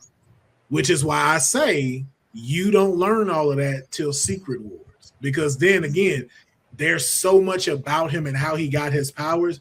You can't tell X-Men, tell Avengers, and then tell how we moving into the next story all in 3 hours. So what's your end credit scene then? Because that's a powerful final shot. Yeah, my end credit scene is kind of similar to Dion's. It's going to be Tobey Maguire's Spider-Man and a few group of other people who knows something is wrong. So they're the resistance in it. But it's not going to be who everybody thinks. I think it's going to be a handful. I think it's going to be him. I think it's going to be Wolverine, Deadpool, and then a few of the Young Avengers and Spider-Man. You know what? Here's also what makes your final shot so powerful. For the most part, we've had superhero team, major villain, and his minions. What we haven't got was superhero team, super villain team. So if you show Doom with a possessed or a different version of Squad, and then also fucking Scarlet Witch, who we know is a fucking Omega level mutant, bro, that also establishes like, wait, we lost, but we are even in a worse state. Like with Thanos, we lost and it seemed finite. It was just like, wait, niggas is just gone. But if we lose like this, and then you also see a OP squad, it's like, bro, what is Secret World about to be? How do we even win this? Yep, and I didn't throw in Strange either. Standing right there. Yeah, but yeah. And you walk out and he addressing all his people of Battle World, but those are the people that don't remember. I like, hey, that's how you lead in the Secret Wars right there. And then that's how you tell Strange's backstory with everything that goes on, because you figure out like everything else he's done to people, like to change into Battle World, because we know Reed is probably locked up somewhere being tortured. Like, I'm anxious to see how, because we know they cherry pick stuff, right? Like from the comics, right? And then massage it and maneuver it into something different. Because like with Battle World, like, or at least like the one universe, every sort of like, I guess you say state or whatever was like a different sort of universe or timeline, right? Yeah. Even though it was one world, like you cross over into the next city, you could be in like the 1950s or something. Or you know, so I'm anxious to see how they do that, because Doom just completely sort of rewrites history and nobody remembers the world before him. So he's like the guy. You're here because of him. So I'm anxious to see which people, which set of superheroes are like, wait a minute, something's not right here. Or like, hey, we didn't do this. Or I want to see how they get to that point, or if they even touch on Doom sort of rewriting. I feel like you will, because I feel like he's gonna learn from the mistakes of others, which is why I also think we're gonna get in Secret Wars the part where Doom rips out Thanos' spine and stuff. So? Yeah, because killing him in What If.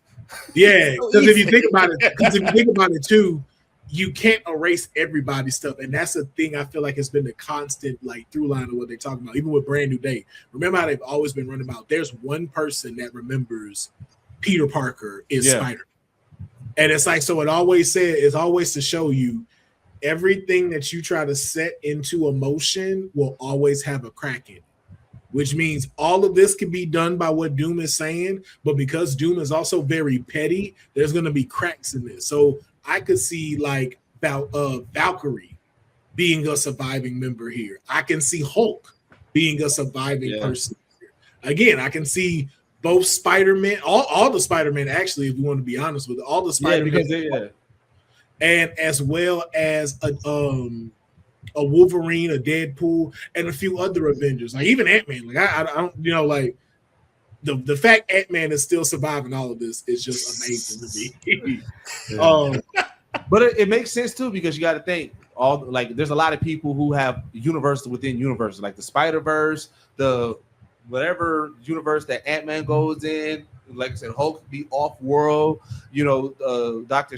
And then, like I said, it also makes sense also with Strange being the undervillain. You got to think with Doom seeing everything. Once he takes out Loki, or you know what I'm saying, even establish that, like even Loki being outside of time and space. But it was like he sees everything, meaning that he saw when Strange did the you know what I'm saying, did the spell for Peter. Yeah. He saw what Wanda did, you know what I'm saying, in Multiverse of Madness and Dreamwalk and everything. He's seeing the Spider-Verse happen and everything like that. So you got to think, for Strange, if he wants to, you know what I'm saying, rewrite everything, for Doom, if he wants to rewrite everything, he's going to tap Strange like, hey, whatever you did, I need to do that on a larger scale. So now I need you to be like, whatever I need to do, now you on my side. Also, Scarlet Witch, I saw you was able to walk between universes and everything. I need you on my side. Like, I can see him building this all-powerful team because of it fits his narrative of what he wants. I want to rule, but also want everybody to forget about their own universes. I need them to think that this is the only one.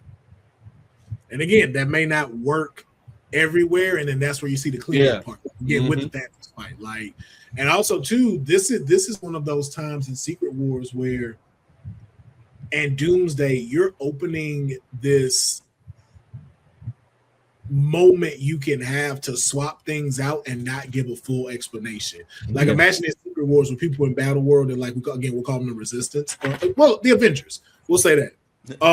Getting together, but they're from different universes, and it's just like, okay, like imagine one of them going like, yeah, okay, we just need more help, and like, you know what, I got someone who's kind of a strategist and stuff that may be able to help with us, and it's like, who do you have in mind?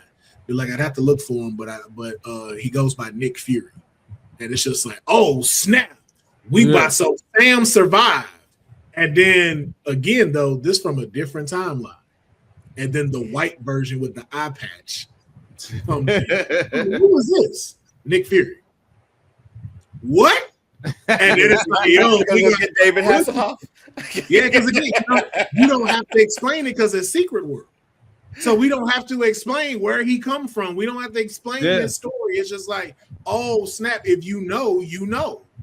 That's the original Nick Fury. Now again, it don't have to stay like that because he could die in Secret Wars. And when we finally get our official timeline, who knows what Nick Fury we get? True. But this is the times where you get to play with stuff like that because of what Doomsday is leading to. But because we did bring that up, though, I want us to do a little Marvel draft. Okay. We talked about our end credits all kind of go around each other where it's like, okay, who is this team that is going to be formed when it comes to defeating all of this? So what I want to know is, who would you want on your final Avengers team? It is God Emperor Doom. It is the Latvian Scarlet Witch. You got Sue Storm, Doctor Strange, whoever else he has as henchmen that you got to go through. Give me 5 characters that you pick to be on your Avengers team to end all be all. All right. So I'm leaning in on what we have, like what we've seen or what's predicted. Mm-hmm. So I want Sadie Sink's Jean Grey. If that's who she is. That's who she is. That's I'm still leaning on that. I don't think so, but hey. Another discussion for another day. Yeah, right. I do want Tom Holland Spider-Man. Okay. But like I said, to me, he is my favorite Spider-Man.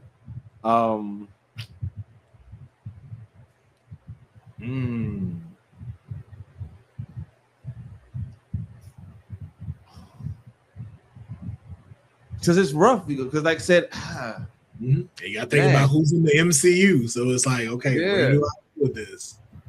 All right, give me the Hulk. Okay. That's 3. That's 3.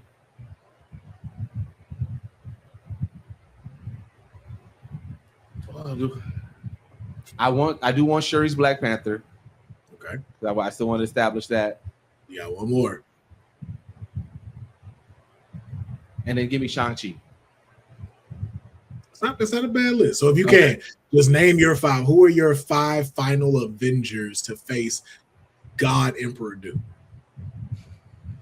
You forgot that quick? Oh, you want me to say it again? Yeah, say it again. I said Tom Holland Spider-Man, Shang-Chi, Shuri's Black Panther, Incredible Hulk, and Jean Grey. Okay. Dion, you want to go? You would like me to go? You go. I want to. Well, we can't do duplicates, right? Can't do duplicates. Let me go. Let me go now. Then. Yeah, man, that's a hell of a team, and then that's a hell of a team to go up against. I need a human in this thing. I'm pulling in Sam Wilson, man. Yeah, the man just fought a Red Hulk. So I'm taking. Taking Sam. I wanted a Spider-Man in this one, but Deuce took Tom Holland. But I could get another one from another universe, right? Mm-hmm. So let's get Andrew Garfield's Spider-Man in here. Let's get him in. Let's give him some shine. Vision, whenever Vision Quest sort of runs its course, if we even get it. I'm pulling in Captain Marvel because come on, man. And he took Hulk as my heavy hitter. So I'm keeping Thor. So my 5: Sam Wilson's Captain America, Andrew Garfield's Spider-Man, Vision, Captain Marvel, and Thor. Okay. All right. I don't know how far we make it, man, but hell, like, hey, it's a solid puncher's chance. It's a solid team, sir. I'm going to go with Scarlet Witch, whichever universe she's coming from. Okay. Give me Reed Richards. Give me. I guess I'll take Toby's Spider-Man. Toby ain't bad, man. What you saying like that for? He'll never run out of web. Like, come on, man. Whatever, man. Because Andrew's my favorite. That's why I was like, you dirty motherfucker. That's what I was gonna pick. I was like, okay, I guess. And then wait, I think that was 4, right? That was 3, I thought. Scarlet Witch, Reed Richards, Wolverine. Oh, you just said Wolverine. Yeah, Tobey Maguire, Spider-Man. And then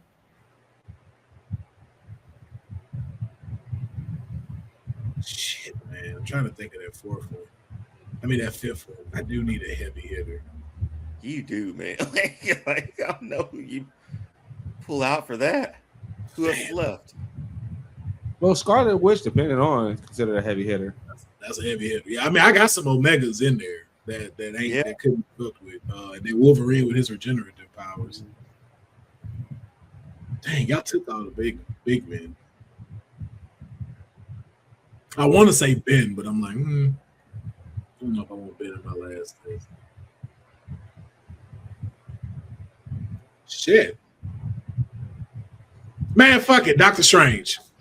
I'll take that. So my 5 or no. I know who I want. Okay, so here are my 5 final Avengers that I have. I have Scarlet Witch, I have Reed Richards, I have Wolverine, I have Tobey Maguire's Spider-Man, and then I have the new Black Panther. Whoever that might be. That's my ending Avengers team right there. Okay. That's my finals. Fuck a big man. I don't need no big man. I'm big man. That's our big man right now. That's my final. Then you get a bit of magic. You also get a little bit of reconnaissance because Reed knows him. You got a dude that's an unstoppable weapon in Wolverine. You have the strategist, the power of Black Panther, and then Toby. Man, put some respect on that man's name. Man, I got respect for it, but you know who my favorite is, so I'm just like, all right, I guess if I got I'll trade you. How about that? I'll take Toby. Nah, it's cool. You sure? I trade Spider-Man. No duplicates, no trades. He's yours. Okay. Honestly, too, though, I would throw this prediction out. I think that's the one that gets the black suit. I think he gets the Black Venom. Who, Toby? No, Andrew. I think that's Andrew's whole because he need a redemption thing for us to just outside of just saving Mary Jane. Like he need his moment that he didn't get. I think he gets the black symbiote suit if he's in Secret Wars. I don't think it's gonna be Tom. Yeah. Ooh.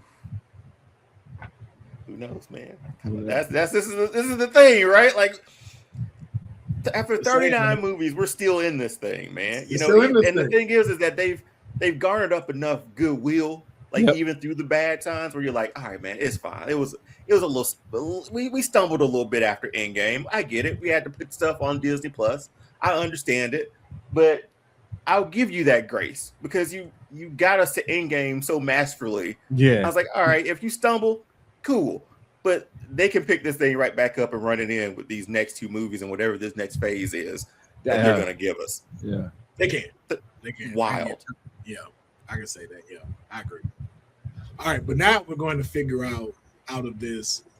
We've talked about a lot of these characters and a lot of these people we're going to see, but we also, we always got to stir the pot a little bit. So I know for some of us, we feel like some people don't get enough shine or don't get enough, of their flowers given. And then some we feel like, hey, man, get off their dick. You know what I'm saying? Like we're hearing it too much. So we're going to play a game called Overrated and Underrated. This is a rapid fire thing. Just quick off the top of your head. I'm going to name some people and you tell me, are they overrated or are they underrated? Okay. Just real quick. Can they just be rated? Can they just be okay? like perfect? Like, okay. All right. So before we give me a perfect one then. Give me one that's right in the middle. No, I'm just saying, man. Actually, do you have one though? Do you have one that's just rated? Captain America.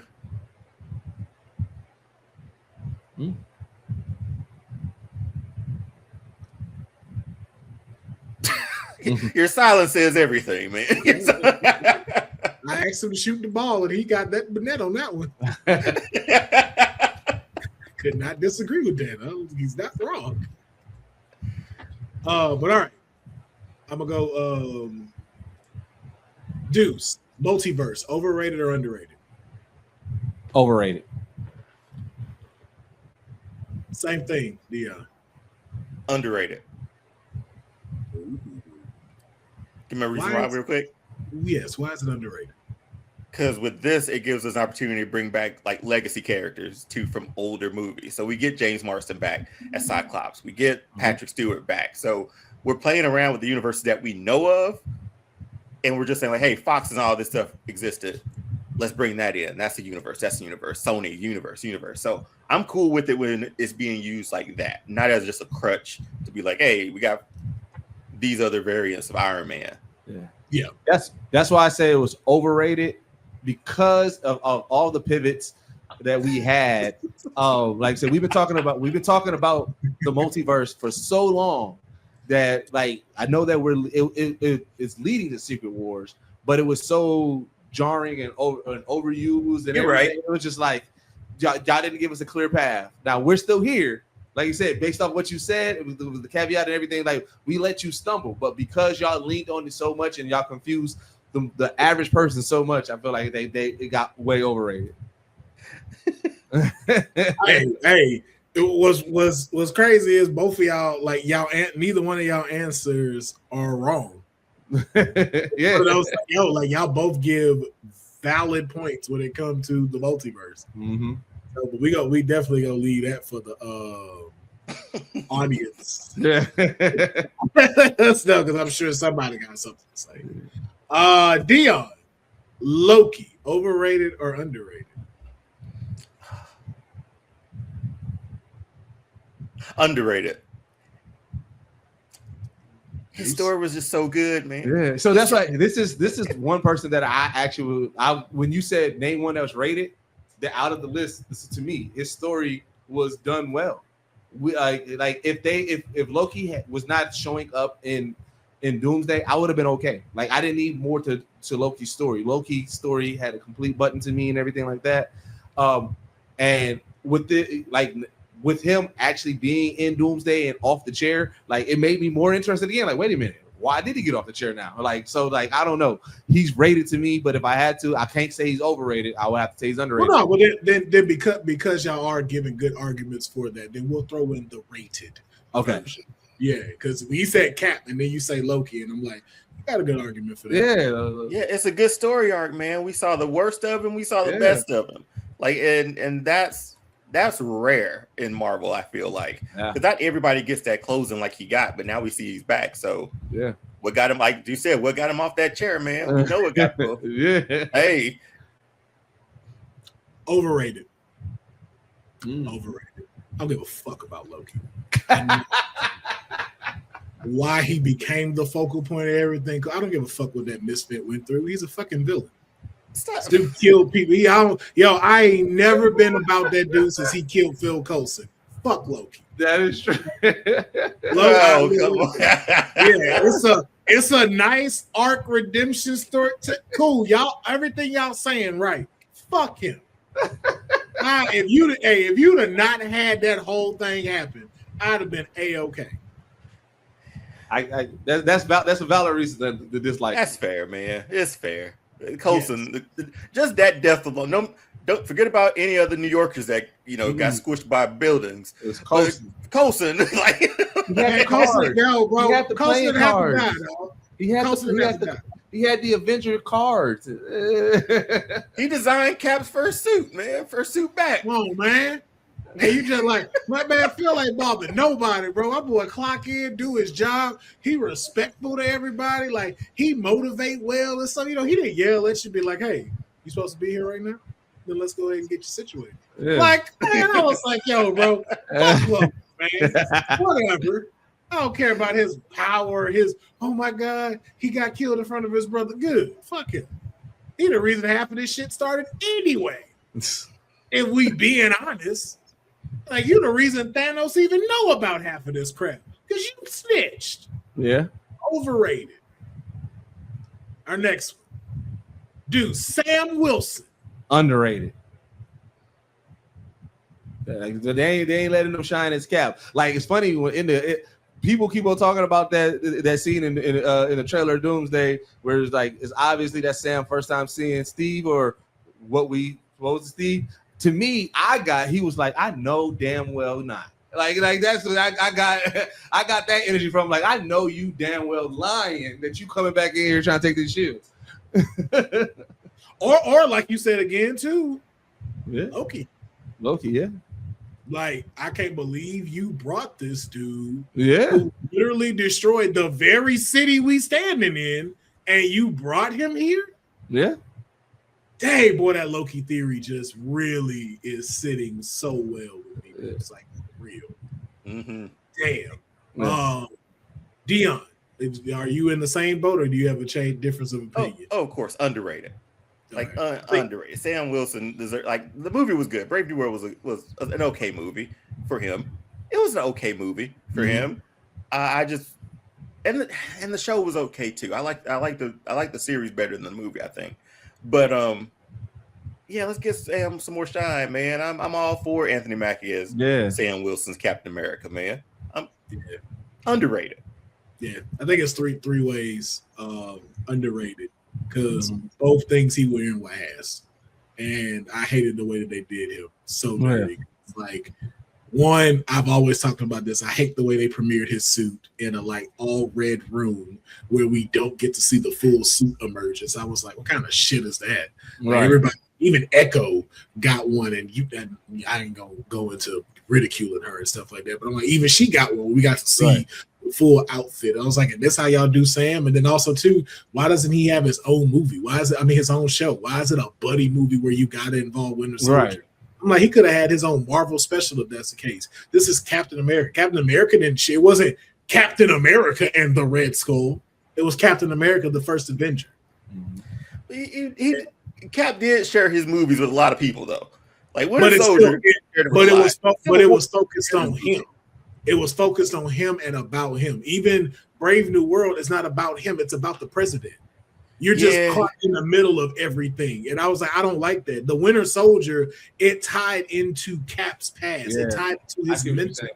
Yeah, like, it was about him. Even Civil War was about the mistake he made in allowing and knowing that Bucky killed Tony's parents. I will say this too about the suit. I really wish he would have worn the suit from the show, from the finale of the show. The white, it was super comic book accurate, man. I thought it looked dope. I wanted to see it I wanted to see that when I went to the movies, and then they didn't give it to me. I ain't never liked that suit. Dude, that like, hey man, I'm down for a good cowl, man. And that's why I knew they was gonna mess it up. I was like, yo, bro, I don't need my Cap doing this. Hey man, you don't need a stiff neck Batman. Yeah, I don't need that. That's why I'm down for a good cowl. And that's just what it looked like. Because I remember a scene where he did this and turned, and that cowl stuck out a little bit. I was like, this is why y'all don't. This is why Cap don't wear helmets either. Because all of this don't make no sense. Take that off. Take that off, please. Now I wish he would have kept. I wish he'd keep the suit that I saw in Avengers Doomsday, but make it the colors that you're talking about, where it was majority white. Yeah, I like that because it makes you look different from Cap. This tells a different version of Captain America. It kind of blends in or gets lost. Yeah, especially when I saw that, like, I had to realize like who he was standing by. And I was like, y'all all kind of look dressed alike. Like the same person made all y'all suits. Yeah. Yeah. Like, y'all should have went to the one that made She-Hulk suit. Like, that's who should be designing y'all stuff. Because her shit was awesome. Dion, Shang-Chi, overrated or underrated? Oh, have you seen enough of him? Or rated? Yeah, he's right where he needs to be. He's rated. Like, we haven't seen him enough. You know what I mean? Other than like the what if stuff, if you watch that or like that, whatever. But in live action, haven't seen him much, man. So I think he's yet to be determined. I'm going underrated just because I want to see more. I've been wanting more Shang-Chi since this movie, and I think that I thought the movie was good enough and it was a hit to the point where we should have had a Shang-Chi 2 already before this. So I'm going underrated. I'm going underrated too because I do still believe he should have made a cameo in Spider-Man: No Way Home. I think him and Wong should have been walking together to go off to whatever they were doing and stuff. I think that would have been great to see. I think he should be have been featured a little bit more in some of these movies and shows. Not a lot, but just at least a sprinkle of what's going on because the 10 Rings is a big deal, and I feel like they haven't explored that enough. That where it is also how much it can affect the MCU. Also the fact too of what is his sister doing now? Because we completely left us hanging with that. She's the commander of the 10 Rings now, and we just not going to that. Okay.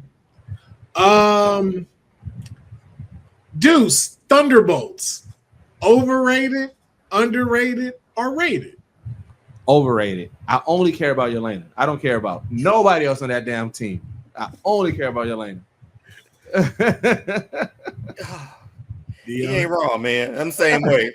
The only thing that gets besides Yelena is that hair and mustache that Bucky's rocking now, man. I thought that was a dope look at the end. So I'll go underrated.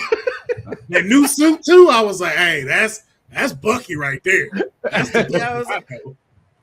I'm going the same way, man. If it wasn't for those two, probably, yeah. I think they're overrated. Also, too, I didn't get the Thunderbolts I wanted. I wanted Baron Zemo. I wanted Iron Patriot. I wanted when they switched to Dark Avengers. I wanted my they're overrated. It was a good film. I will say that. I like the film, but I just didn't I was that was just that's just a one-off, how they did the Eternals. I'd have been all right. I don't need to revisit the Thunderbolts. I don't need the Thunderbolts too. I think it's how y'all mentioned earlier when it comes. Well, Clint mentioned it when it came to villains and stuff like that. I think that was one of the things of okay, we're gonna keep harping on it. And this will be our Suicide Squad. And I'm no, they got Suicide Squad, right? Because it's a lot of random people you can put in there that you can let grow on us. And it blossoms into something else like a Peacemaker. Right. None of us knew who Peacemaker was like that unless you're a big DC head. But the way John Cena stood out from it, it was able to venture off into something else. We don't have that with the Thunderbolts. I don't want no Red Commander solo film, Marvel presentation. I don't care about Ghost like that. Ghost does what she's supposed to do. It's not like she's a bad character. It was just They killed Taskmaster though, didn't they? Yeah. But now give me the real Taskmaster. Not them. Give me the real. Yeah, that the one that you look at ooh, y'all might have a problem. Also, I hate him, man. You cheat, man. You cheat. But he also could be one of those people that's on Doom side too in Doomsday and Secret Wars. You might have to be Taskmaster. You cheating. That's all I said as a kid, man. You cheating. I'm learning I'm copying everybody. You just gonna copy my moveset? Yes, bitch, bring it. No, that's not fight the way you supposed to fight. All right, I'll fight like Cap. Well, wait a minute now. I didn't know. You can get options on who you gonna choose fighting wise. Fight like that. Fight like that. I can deal with that one. Man, a menu of names he scrolled down. Yeah. All these people? You're fight like the Hulk did. Oh, I didn't know he had the Gamma Clap too. Wait a minute. Wait. Switch your fighting style. Switch it. Give me Pedestrian 6 from New York. I'm trying to think. I'm who would you be comfortable with him fighting shit. Ant-Man. Nobody. Ant-Man. Give me Ant-Man. Yeah, give me Ant-Man. You can't go small. You can't go tiny. Give me base Ant-Man. Yeah, I'll fight Ant-Man style. Give me that. Deuce, Fantastic Four. I got them as just rated. Because their movie was so recent that to me it hasn't been a significant gap where I can be oh man, why we ain't back at the Fantastic Four? They didn't overly hype the Fantastic Four. They had to overcome. They had to come together as a team and they won. I think that they're in a comfortable space. I think that they're right where they need to be at. I'll be honest, I cannot stand the Fantastic Four. Damn. Overrated, talked about group, but The MCU version, I have to agree with you, it is rated. They completely, like their entire dynamic completely shifted my thought process on the Fantastic Four. Like I was like, yo, no, that I see now why they called them Marvel's first family. Yeah. And it was like each relationship was perfect, each character decision and casting perfect. Even Pedro's, I was just like, that he is a fantastic. Yeah, I was surprised because I was upset about John Krasinski not getting the role. And I was like, but Pedro Pascal, he convinced me. I'm good. He does a great, and you know what it was? Pedro is a great MCU fantastic. John would have been a great Fox. Ooh, I can see that. Mm-hmm. Yeah. Like if they'd have rebooted, not to change the one with Julian McMahon, right. Jessica Alba and something, but like instead of the one with Michael B. Jordan and that being the reboot, another version from Fox, and you have him as Mr. Fantastic, and then whoever you cast around him. I think that'd have been dope to see. Dion. This is my first one. Oh no, I didn't get my Fantastic Four. Oh, I'm so sorry. Sorry. My bad.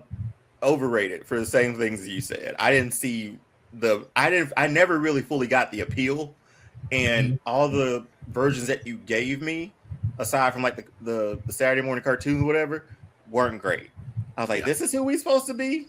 Like, for real? Like, then? Right? But then, like, this movie changed my opinion of them a little bit because they made them more of a family. They sat down and had Sunday dinners, for goodness sakes, man. Yeah.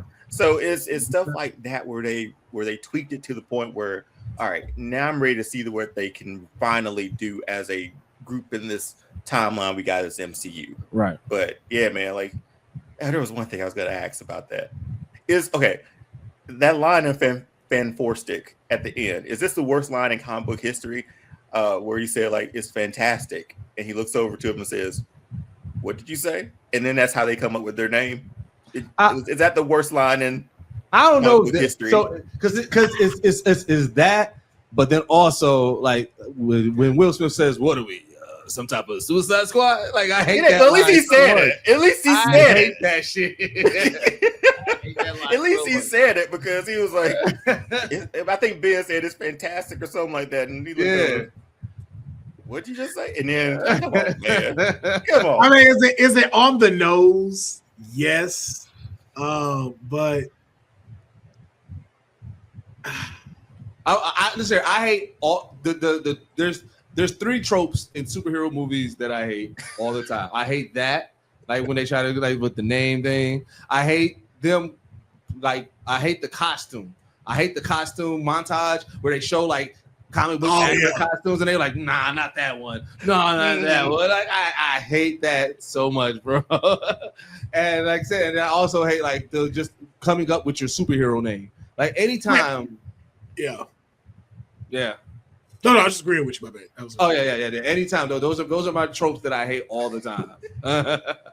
Man, I don't know if that's the worst one because it's pretty bad. Man, Save Martha pisses me off. Oh, yeah, that's up there. Save Martha. Save Martha. Why'd you say that name? Okay. We won't have any Batfleck slander here, man. Okay. So to be fair, DC had the worst ones. Because the other one I think of is X-Men when Storm was like, "Do you know what happened to a toad when it's struck by lightning?" I'm like, same thing that happens to everything else. I'm like, that was a bad line too. Come on, man. But the king of it is Arnold Schwarzenegger, Mr. Freeze. Oh yeah. Nice to meet you. I don't think those are bad. You're not. All right, everyone. Chill. You're not taking me to the cooler. Like, come on, man. But hold on. To that.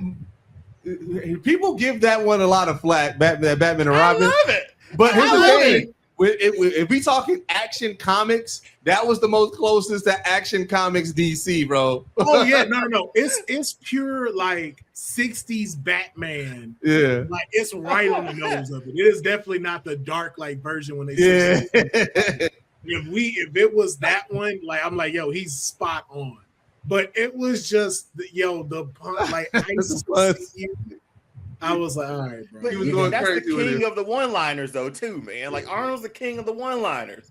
So what giving killed him the those- dinosaurs? The Ice Age.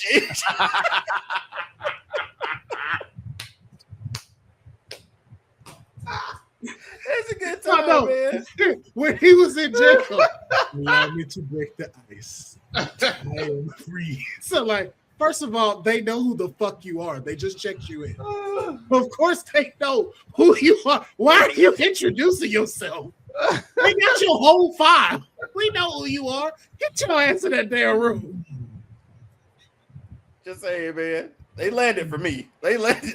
The fact that Oh no, don't get me wrong. Like they worked. Is it the worst line? Yes. Will I watch it again? Absolutely. I still use the chill line to this day when I just need to be a night. All right, everyone, chill. No. Hey, listen. All I know is this: whoever played Mr. Freeze has some big shoes to fill because it's gonna be hard to top that Mr. Freeze. I don't care what nobody say.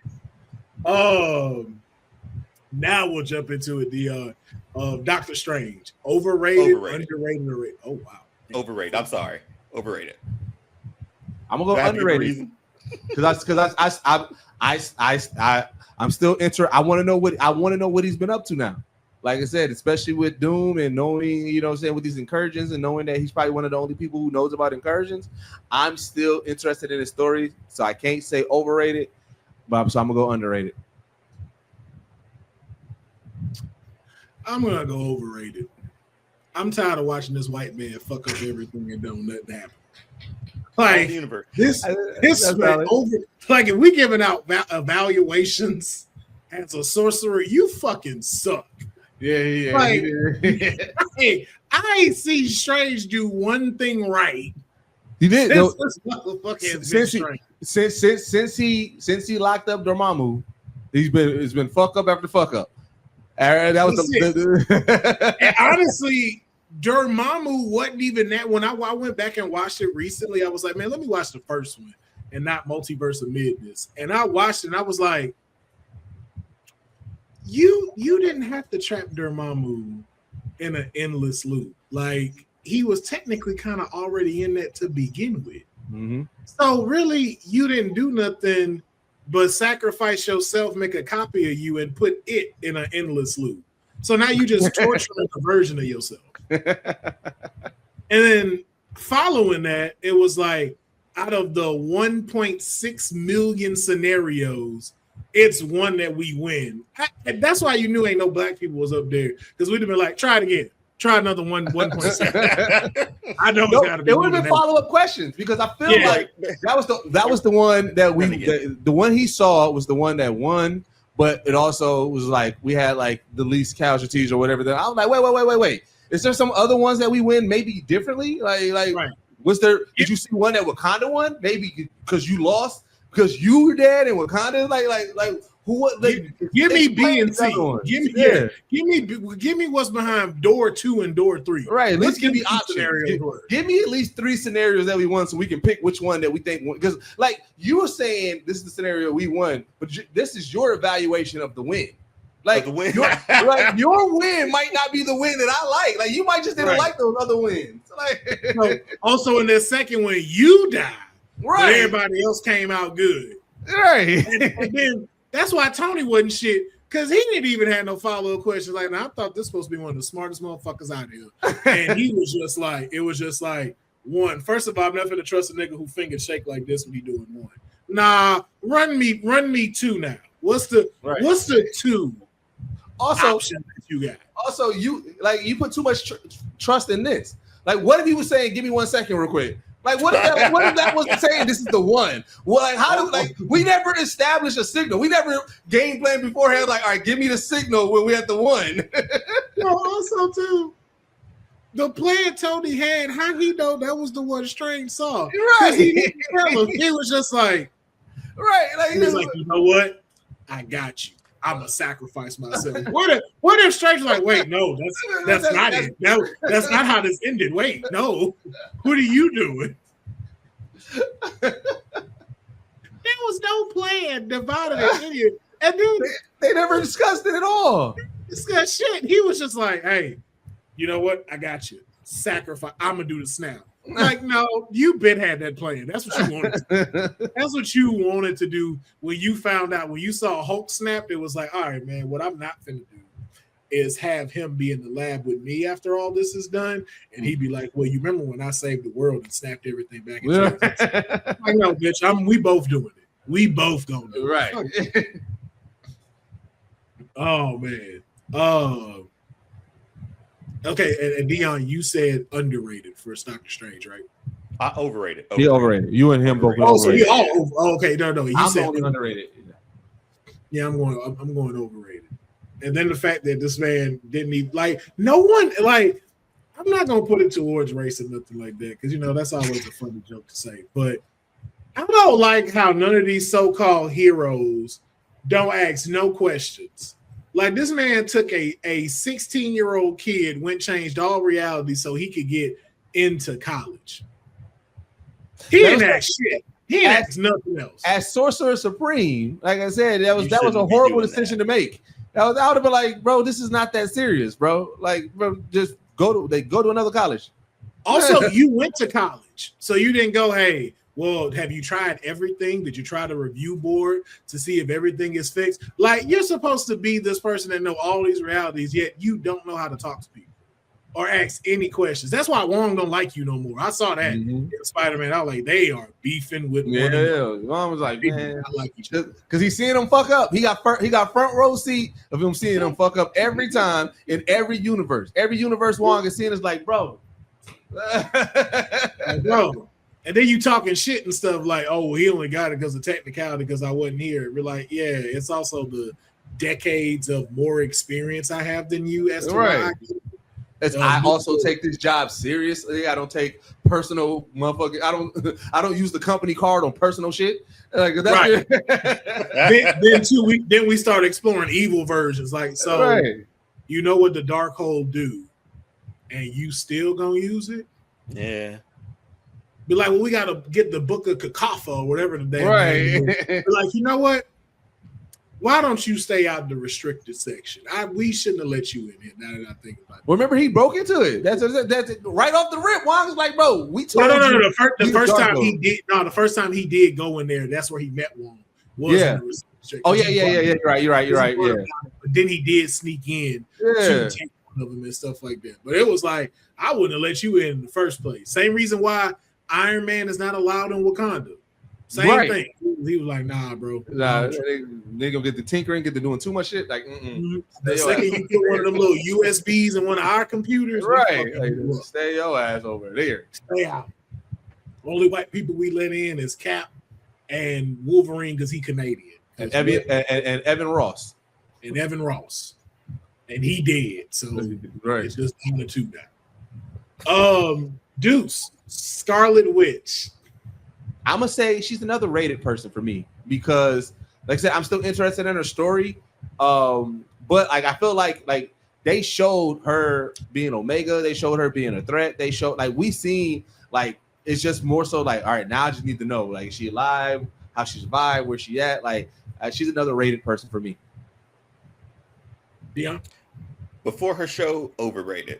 When WandaVision was jumped off and I was confused for the first 4 episodes, I was like, what is this? I'm cool. I'm in it. Yeah. And how they've used her now. So I'm gonna go rate it 2 because now it's like with the Fantastic Four, right? I understand now. Yeah. I understand the appeal. I understand why she is the way that she is. So ready to see what more she got up her sleeve too. So rate it for Scarlet Witch. WandaVision was a masterpiece, man. I enjoyed it.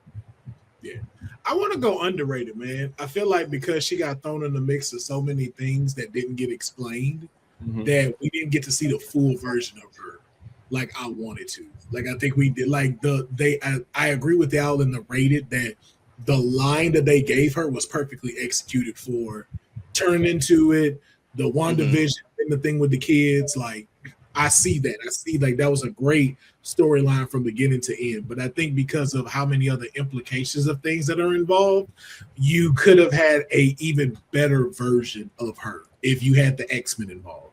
If you were able to harp on those things, like the fact that we get no mention of the real Quicksilver, but we see the Fox version of Quicksilver, who ain't really Quicksilver. He was just dressed up as Quicksilver, and he's an actor, and it's just like, okay, like it's a lot of stuff where it's like, if y'all gonna show me something, show me something. Because like even the fact in Multiverse of Madness, when they were walking in the orchard field and they showed that box on the ground, and that's supposed to be where Mordo's head is. It's like, why y'all didn't show that?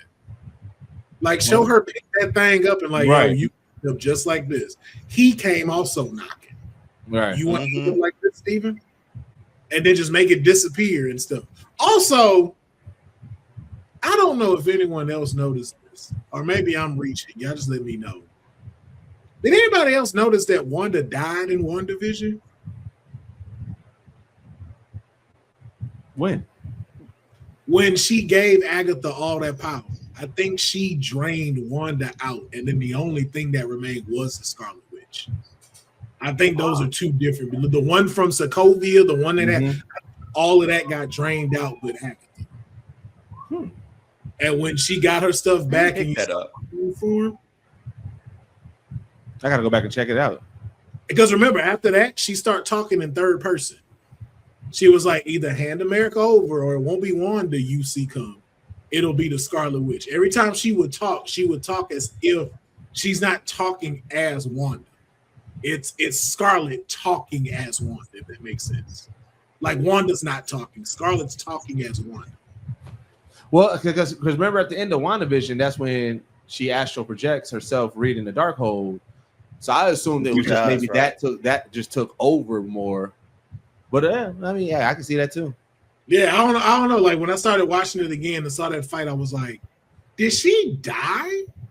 Because she started acting real different, not just a thing of see, that's why I leaned more on the astral projection taking over. Because remember, they say if you study the Darkhold will take over you, and like I said, it kind of corrupts you, right? So with her, she thought that she had a grasp on it. She astral projected, and that Darkhold, remember that it never stopped reading the Darkhold. So you got to think when we like even that reveal of that whole field that she was in was already like he saw the impact of the Darkhold taking over the area that she was at, and we already know that she's already prone to taking over an area. Like that's what WandaVision was all about, creating her own little universe. To me, I just thought that her astral projection became so powerful that it overtook the personality of Wanda and everything and corrupted her. That's what I leaned into. Yeah, you're right. Because now that I think about Multiverse of Madness, she was trapped, and Professor X tried to go save her. So now we know where they got Obsession from. if you watch Obsession, okay. So the director's a Marvel fan. Got it. Got it. Okay. And then we both, all of y'all have named for Scarlet, right? Yep.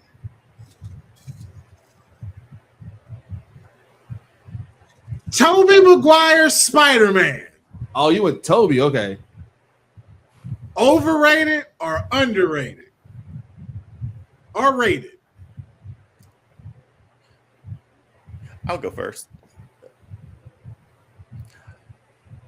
I thought I wanted to go first. All right, underrated. He started this whole thing off, man. And Spider-Man 2 might have one of the best scenes ever in a superhero movie. The whole fight with Doc Ock, before the train, on the train, stopping the train. Could watch that scene all day. So underrated. He doesn't get shit. He probably is rated. Underrated. I'll stick with it. I'm gonna go overrated, not necessarily in a bad way. It's just that I don't necessarily need more Toby.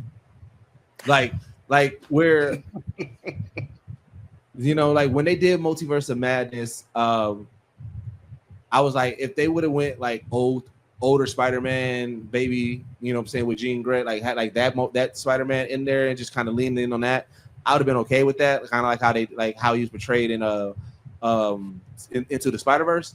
But for the most part, like even with like I was good with how they ended out with Multiverse of Madness. I don't need more Toby. I don't need Toby to show up in Doomsday or Secret Wars. I'm okay with it. Overrated. You already know. Overrated. One, I don't think he's a great Spider-Man. I think he's a great live adaptation of a Spider-Man when you were making comic book movies. Now, I will say, like you said, he had one of the best fight scenes to date in Spider-Man 2. The rest of the movies are not that great. Like, Norman carries one, Doc Ock carries two. Like, if you really think about it, like, especially from the ones we saw, he's not a great Peter Parker. He's very undertone kind of shot. Peter Parker was never like that. Peter Parker got beat up but would talk shit. He was a nerd, but he talked shit. Like, it was never one of these, like it was like this dude played like a little bit too cool for me. And then of course this. I blame him for that. I blame him for that. He did that though. He did that. Yeah, our Peter Parker don't do that. Yeah, he doesn't do that. You know what he kept acting like? He kept acting like Spider-Man 3 throughout all three Spider-Man. Like when he gets to symbiote and he gets a little meaner. Like that's how he acted. And his Spider-Man was okay. But then you see someone like Andrew Garfield, where Andrew Garfield plays the perfect Peter Parker. His Spider-Man is okay, though. His Spider-Man is pretty good with the shit talking, but it's like, all right, it's not the greatest I've seen. Tom Holland is the one that lands both at a perfect balance. I wouldn't say he's the best just yet, but he has found a great balance of how to be a great Spider-Man and a great Peter Parker. Like when I see Tom Holland, I'm like, yeah, that's the one that pulled Felicia Hardy. That's the one that went on a date with Sue Storm. That's the one that got Mary Jane. That's the one that be pulling these ladies. The other two outside of maybe Andrew, I'm like, okay, I can see him some charms, maybe getting over on them. Toby just seemed like, well, tonight will be the night that I will fall for you over again. Like all three movies. So monotone. You asked me with great power comes great responsibility. Well, now I am Spider-Man. That's how he talked in the whole movie.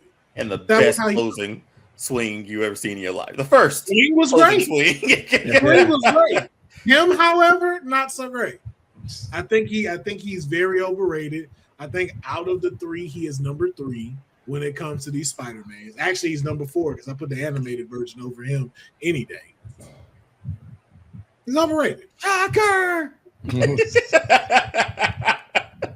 Come on, man. Like that's it right there. Like if you don't make it like that, Shocker! All right. Deuce, Deadpool.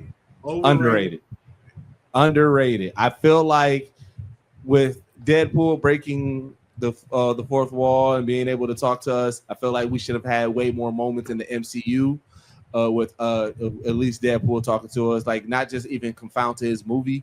Like there's like even if he's popping in for small scenes or whatever like that, there's just so much that you can do with the Deadpool character. And like the way that Ryan Reynolds play him, like I feel like it'd have been perfect for a lot of moments. I feel like he's underrated. I'm gonna go with rated. I think all three movies have given us exactly the Deadpool that we need, and we saw him in very different tones for each one, and they got more and more. I don't want to use the word silly so people don't deflect from what I'm saying, but it was like the first one felt very X-Men type of vibes. The second one started to feel more like him, but with a little bit more Fox. And then the third one felt like a Deadpool movie and a love letter to the Fox universe. Yeah. I think they've utilized him well with what he's doing. And then especially from, like the start of it probably never coming to live action. Yeah. And us as fans being able to change all of that. I think he's been well placed strategically in the MCU. So I would say I think he's been a great rated character. Do you know something different? I'd say overrated, man. Oh man, we hit all three. he's a bit much for me. That's fair. He could be a bit much at times. That's all. But that's the character, right? Like that's it. He's annoying Wolverine for a reason, and a little bit of me too. So he could be a bit much. I can see that. Hearing somebody say, "Come again," the sound in my ears, I can definitely see you going. Yeah. Okay. All right, bro. Let's get the movie started. Come on. I do not need to hear all these. And then one final segment before we get out of here. It's just some things that I saw online from comments for people and stuff. And so I wanted to just get your quick opinion and answer on these three. So a comment that was made about the Doomsday trailer right now is that Marvel is desperate. What's wrong with that? So here's the thing. I don't look at desperation in, all right, we just like doing whatever. I look at more the desperation of Marvel knows what they built. They remember the highs. And I feel like Kevin Feige is a person, the reason why the first few phases went so good and why it was so praised is that Kevin Feige, who started in the Fox universe, was, like I said, and did those X-Men, he saw what should have been. And he was one of us. And then he did it. And then they gave him them helms. And he put Marvel on his back and gave us, you know what I'm saying, what was the high. And I feel like Kevin Feige is also a person that's going to listen and see the criticism. And he probably was like, fuck. All right, yes, I am desperate to get back to the heights of where we was at when I was in the good grace. And to me, I'd rather my director have that desperation of I want to get back in that good graces with y'all.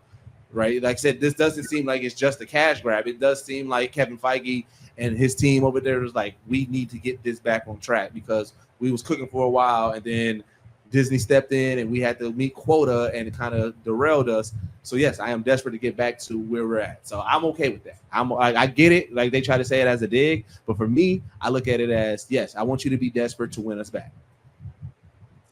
Leon? No, that was just said so perfectly. I don't know what else I can add because I don't see that desperation either. I saw it as like, hey, we're going to get back on track with this thing. We're going to pull those fans back in. We're going to pull the casual fan back in. We're going to pull some new ones back in. If they say you can just jump into this one, that's going to make people want to go back and watch the 38 other movies before this one, right? So, yeah, I think, again, we've given, like, again, good graces for me. It's for them. Like, it's like, you've done so much. You've done so good. Yes, you stumbled. You can pick it back up. I think this is the perfect way to pick it back up with a really good storyline because he had to pivot because of all the Kang stuff. So if you understand that, obviously we got to figure it out and do something else. So I do said it perfectly. Okay. Well, then I'll throw the second comment to you because I'm in agreement. I don't really have nothing else to add when it's well perfectly said like Deuce did. So to you, though, I will throw it as a comment was thrown out that Deuce has said that Loki could be Chris Evans. I also said it too. I said it on Wednesday too. I just want to put that out there. Well, on here it was said. Okay, both of y'all said it. Okay, both of y'all are on the line of create. Y'all can fight for it if you want to share. You know, create your own Doomsday based on it. For this one, Chris Evans is Mephisto.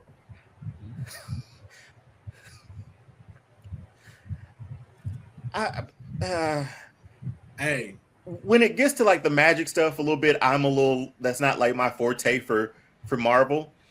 But I will say we did get him in Ironheart. Mm-hmm. So, and what does Ironheart have to deal with? Magic and technology. What is Doom centered around? Magic and technology. And also, too, remember, Mephisto has Doom's mother, if they're using that in this version. See, we don't know yet. We don't know. We don't know sure yet. But Chris Evans being Mephisto. I'm not against that idea. Only if, like I said, within this movie they really do continue with like Sacha Baron Cohen setting them up, and they do I was gonna say Iron Fist, but Ironheart tie-in, because like I said, I did like Ironheart, and I thought that they set up Mephisto very, very well. And I thought, like I said, you know, even with like how it ended, and it kind of got like I'm still here for that. So like if they're using that, and that's also going to lead me to knowing that our Ironheart is also still within our future, then I'm okay with that. I still lean more on the Loki side, but like as of right now, there hasn't been any setup. But it does make sense, like I said, magic and saying technology. I can see them working that in, but they would just have to establish that within this movie then a little bit more. Yeah. I'm more on the Loki side with it, especially from the scene that we saw. I do still think that is Loki here, like y'all said, but I don't necessarily rule out that somewhere lurking around here is Mephisto. Yeah, and it makes sense now. Yeah, it makes sense, and I can see like a version walking around that he's playing Chris Evans, and then is no longer doing that. You find out he's Mephisto. But I think in that particular scene, though, what if Cap is dead? Well, technically, he should. He's old. He should have been dead. No, but think about what if Doom killed him already? And we just have different variations of a Chris Evans running around, and none of them are Cap. Well, the last iteration of Chris Evans we saw wasn't Cap. He was Human Torch. Yeah. Shit. Yeah. But just if you think about, like, imagine Doomsday all being, none of those are Chris Evans that we know. But you know what? See, this is why I say Deadpool. This is why I say Deadpool is underrated, because then you need Deadpool in this movie. So then when Deadpool sees it, and then you have that moment, Deadpool's like, "All right, which one are you?" And then he's another one. He's like, "Bro, where is Cap at? I wanted Cap. When do I get Cap? I thought I had him, and then it was Human Torch. I thought I had Cap now, and now you somebody like, when do I get? We're all getting the same paycheck. Why we can't just get the right one? Right? So, where is America's ass? That's right. the one I want. See, that's why I like to say Deadpool is underrated, because you have moments like that where you could. That'd be a good bit, man. That'd be a good bit. That's why I put Deadpool in that end credit scene, like directed. That's why I was like, yo, Deadpool gotta be a part of this. Gotta be a part of this. And him saying I'm an Avenger now, and he calls somebody. They're like, "Who are you talking to?" Cable. Hey, guess who's an Avenger now? Suck it. He just hangs out. He'll be like, "Don't worry, you'll see a different version of him in the movie later on." Position. Just go back to it. You know what? You have to believe. Okay, think about this for a second. Would that be a jarring thing to happen in an Avengers movie? Nope.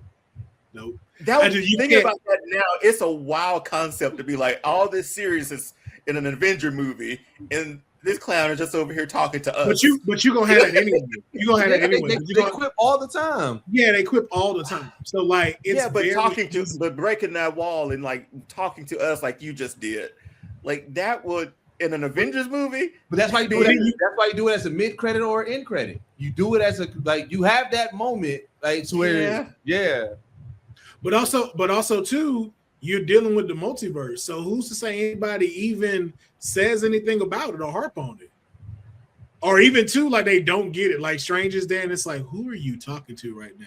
Oh, I'm just talking to the audience right there. You're able to see through different multiverses? No, you butt fucking clown. No. It's just, what? Let's just move on from it. Matter of fact, you know what? To Dion's point, that's the opening sequence. Opening sequence is a conversation between Deadpool and Loki. Because then you get the lightness, you get the banter out the way. Because then, like I said, Deadpool gonna have to get the fuck up out of there, and then that's how you end. You put a button on that. Because then at the end, and then when you do the end or mid credit, it's like Deadpool informing somebody like, "No, I need to be an Avenger because Doom." Like you have that moment. I can definitely see it. Because remember too, we still get a Thor's dying. Thor is gonna die. But remember. Because remember, he was crying in his arms, wasn't he? Yeah. Why is Thor hugging me? Thor has long hair. So either they go to the past or they go to the death. That was a different Thor than the one they show in Doomsday. Yep. So unless they go in time or something, what if they have Deadpool during the time when it was the Dark Elves and it's that scene? Well, like I said, because like I said, remember, like I said, Deadpool saw it. So that's why the conversation between him and Loki. He's like, "Hey, no, I know what's going to happen. Let me tell you." That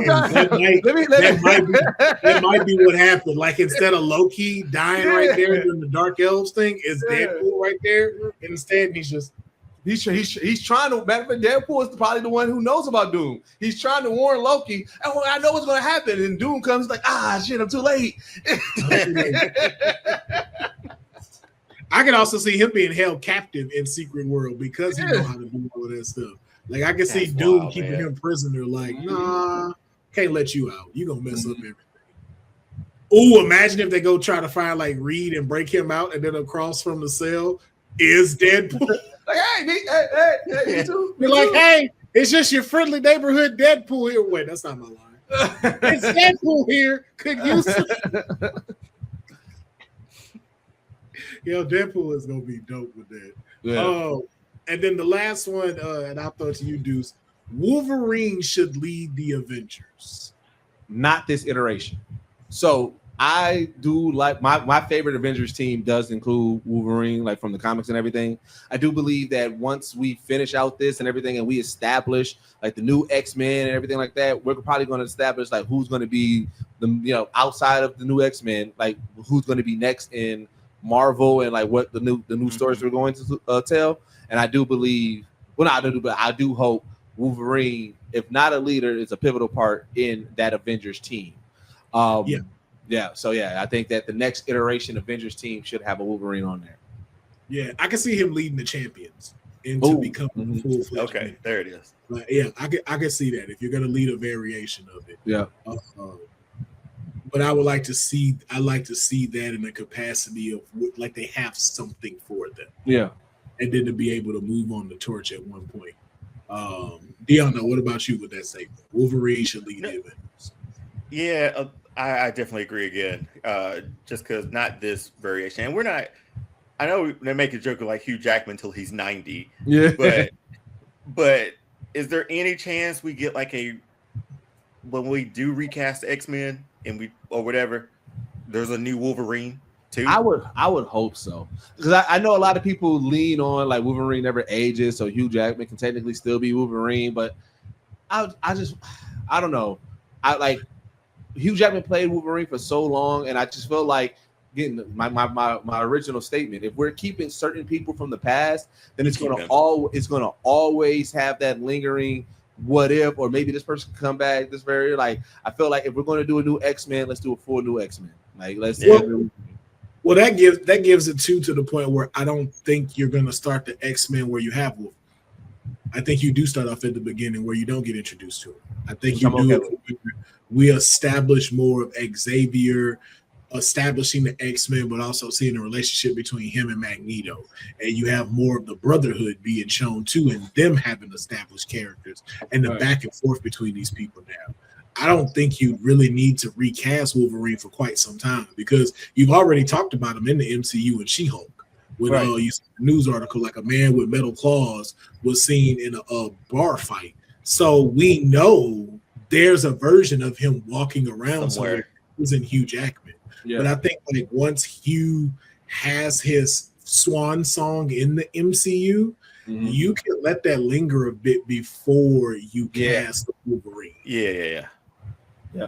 That's why I kind of agree with that. With even before you establish the full Avengers, like I said, we're leaning in on the mutant saga. Let's lean in on the mutant saga. Let's let time pass so that way we can separate the actors from the characters, and then once we start trickling in the new characters and everything, we can kind of start seeing, a new threat that causes a new team of Avengers to form and everything like that. Like we can get into all that. I feel like these next few years, maybe even half a decade or even a full decade, I'm just like, let's focus on the mutants. Let's focus on that. Let's get away from the Avengers so that way we can separate those actors from those characters. And then what's crazy is what I noticed too with that. And again, this may be me reaching, but I was like, damn, I really wanted, like, you know, because I think we talked about that, Deuce, about like how somehow X-Men 97 gets warped. Yeah. Oh man. Yeah. Stuff, but I was like, damn, they kind of knocked that out because technically X-Men 97 is the Fox X-Men. Yeah. I already established that in Logan because their Logan is from that same universe that dies. And so I'm just like, damn. And they showed comic books and stuff. I'm like, I bet you that 97 cartoon is one of the ones. And I'm like, fuck.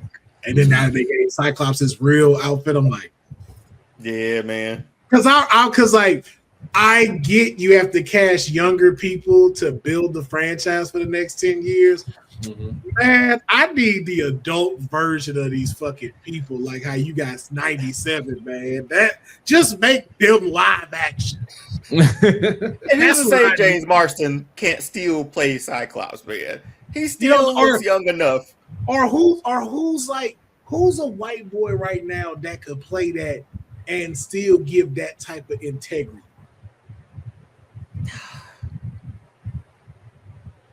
I don't know off top, man. I don't either off the top of my head. That's not that's still kind of young. Because like I still wish Austin Butler would have been Gambit. That guy that played Elvis. I really wish he'd have been Gambit. He still can't shake that Elvis voice sometimes. No, he still can't. But I like him, but yeah, he could have played a good one. But it was like I want like their generation, everybody who's mid 20s look young. Like they look like babies or they look like two old adults.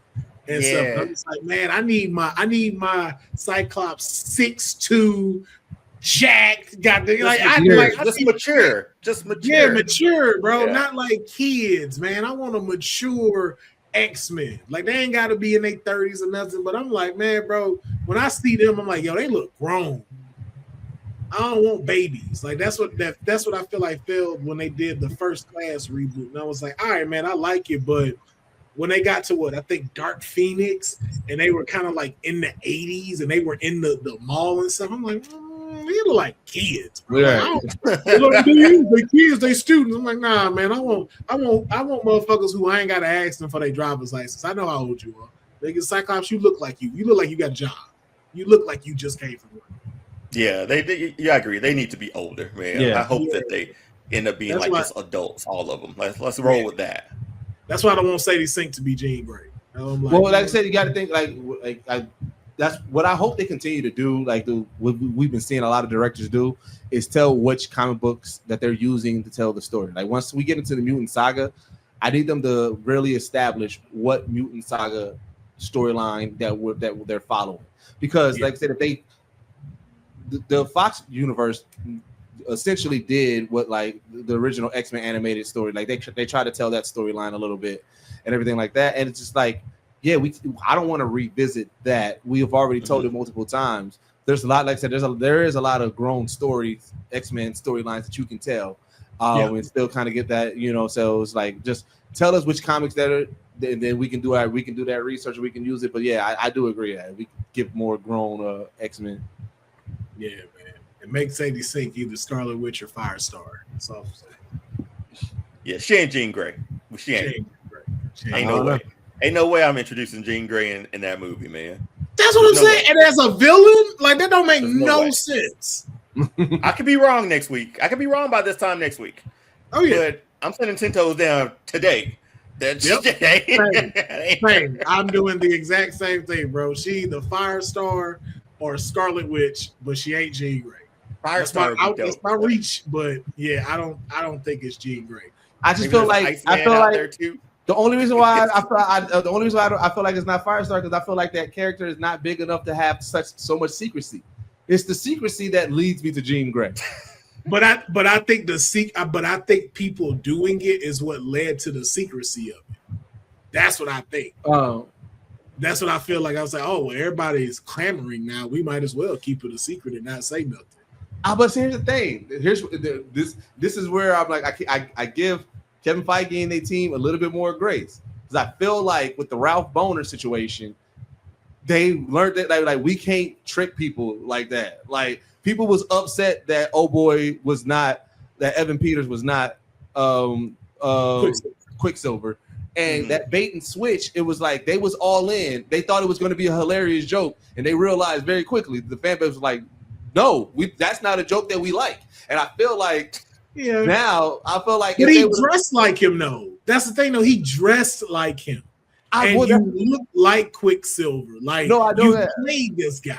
Right. So but I feel like they would like even like they asked Feige, they was like, hey, you gonna be announcing Dems and Idris as T'Challa? He was like, no. I feel like he's at a point now where he's like, I'm gonna give y'all straight answers because we learned our lesson. So I feel like but they also be lying though.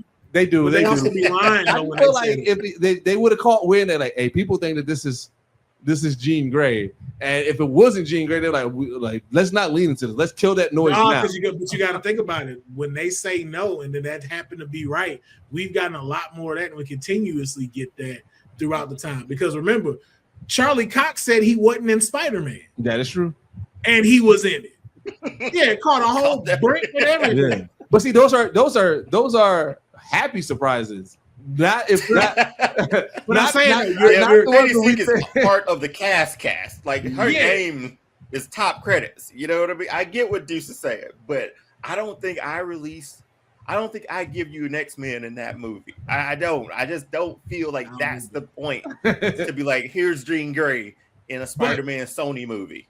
But here's my thing with that too. Of Firestar also makes sense because that is a great gateway to mutants. Because remember, her and Bobby are the reason why Spider-Man eventually goes to the X-Mansion. True. And then imagine us finding out that there's a Charles Xavier in 616. Then who is it? I hear you on that. I just still feel like there's going to be a lot of people who are like, well, who the hell is Firestar now? Hey man, you got but again too, look at the villains he's facing. Don't nobody know who Boomerang is. It's like I thought he was in DC. It's like, who is this dude he fighting? Who is Reflector? Like remember, we know Spider-Man and Spider-Man and Friends on I think Spider-Man it's on is Amazing Friends. Yes. Yeah. I think so. That's going to be an uptick in watches as soon as Firestar. That's going to be front page of Disney Plus when you go on it. The boys just running like that. Look how big like Spider-Man's apartment is. There's no way he's gonna continue to afford that by himself. I'm just saying, we'll see, man. We're days away. We'll see. We're days away, man. But listen, man, we're gonna go ahead and wrap up this episode of Shroud of a Comic Book. As you can see, when we get together, we start talking Marvel, start talking DC. Like, I don't even for the last 30 minutes, I don't even think we mentioned Doomsday. We just switched over to X-Men, man. But I know these two incredible hard workers, man, they got to get back to their regular lives, which is doing amazing creative stuff. So I don't want to hold y'all up too much longer. So again, thank you for checking out this episode. Please let us know in the comments below what you feel about the Doomsday trailer. Give us your craziest hot takes. Let us know if you were in the director's seat, what would be your opening sequence? Who would die? What would be your end credit? Also, give us someone who we didn't mention in here that you think is overrated, rated, or underrated. But make sure while you're doing that, you hit the like button, you hit the subscribe on not only the Arcade Tokens YouTube channel, the Will Pharaoh YouTube channel, the SOACB YouTube channel, and as well as our Twitch channels, because we do go live. We will be playing video games. You're going to see some of that between me and Dion real soon. And then, of course, make sure that you check out Deuces Geek Set Podcast along with the entire crew, Bacardi, Dig, Hippie, everybody. I know I'm forgetting folks. This man got a whole X-Men squad now. It was just the three of them. Now he was like, no, we got like people. Yeah, this man had just been recruiting. Yeah. So make sure you check them out every Sunday. They are live with the Geek Set Podcast. Go over and see some of their footage from DreamCon. With I just want to throw it out there, man. I felt like this felt like a Comic-Con for us because we got to announce something that was late breaking and everything, but we have officially partnered with Carl Jones and Love Jones Martian Blueberries animation studio, and we're bringing y'all the Black Geek documentary. So I'm excited about that partnership, man. I'm very excited about that. Yes, indeed. Believe me, he's been working very hard. Look, keep saying him. They have been working to me, my ex on this dark because I met him, so it's like I'll be like, oh, that's the face of Geek Set. But I'm like, then I met Bacardi and I met Dig, and I'm like, yo, let me stop saying it. Yeah, you met Trippy, like, I think the only one, yeah, I was like, all of them contribute very much to making the Geek Set thing happen. So I got to make sure I say we and not he when it comes to it. All-Star Fandom is definitely he. Okay, that's Dion's baby, and just hey, Jen and Doc happen to be the other two pieces that make it work, man. But please let them know though some of the dope stuff that you have just previously had that they can go check out right now. Yeah, we just had Guy Augustini's Voice of Sunspot on. So it was a dope to sort of hear his story from being like a tennis, almost like on his way to Wimbledon to a degree. And then he sidesteps and goes film and animation and voice acting and all that stuff. So go check that out. That one's doing really good. We're live every Wednesday. We're also Fandom Prime. We go over all the stuff. It's going to be a lot to go over next week with all the stuff that's happening with San Diego Comic-Con. We'll look at trailers, react, and have some fun there too. And we'll have reviews next week for Spider-Man when it drops. So every week we at least put out at least 3 pieces of content throughout that week. But yeah, All-Star Fandom on YouTube, All-Star Fandom Show on Instagram and TikTok. Yes, indeed. So make sure that y'all check that out. We appreciate it. And we're going to be at Dragon Con. We have a panel at Dragon Con this year. So we'll be there. Yeah. So we have a panel at Dragon Con on Thursday night to start it off. And then we're doing media for the rest of the week there too. Got media access. Not sure how, but hey, man, God works. So all the work you made, don't do that. All the work you be doing. Right. You got that media pass, man. Hey. So it's going to be a fun week, a fun Labor Day weekend doing that. Yes, indeed, man. So be sure to go over there, hit the like button, hit the thumbs up, subscribe, follow, all the things that you need to do for their social platforms, YouTube and their Twitch, man. It cannot be done without you. It cannot be, a community cannot be created if y'all are not participating. So please make sure you support them. And then make sure you support my ass. I always know I be telling them, hey, come support me. Because, nigga, I do all this shit by myself. Arcade, Travel, Comic Book, Kayfabe, Will Pharaoh, the Twitches, everything. Hey, this shit is just me. I want a team, too. So hit all of that stuff for my stuff as well so I can make my X team and go, to me, my niggas.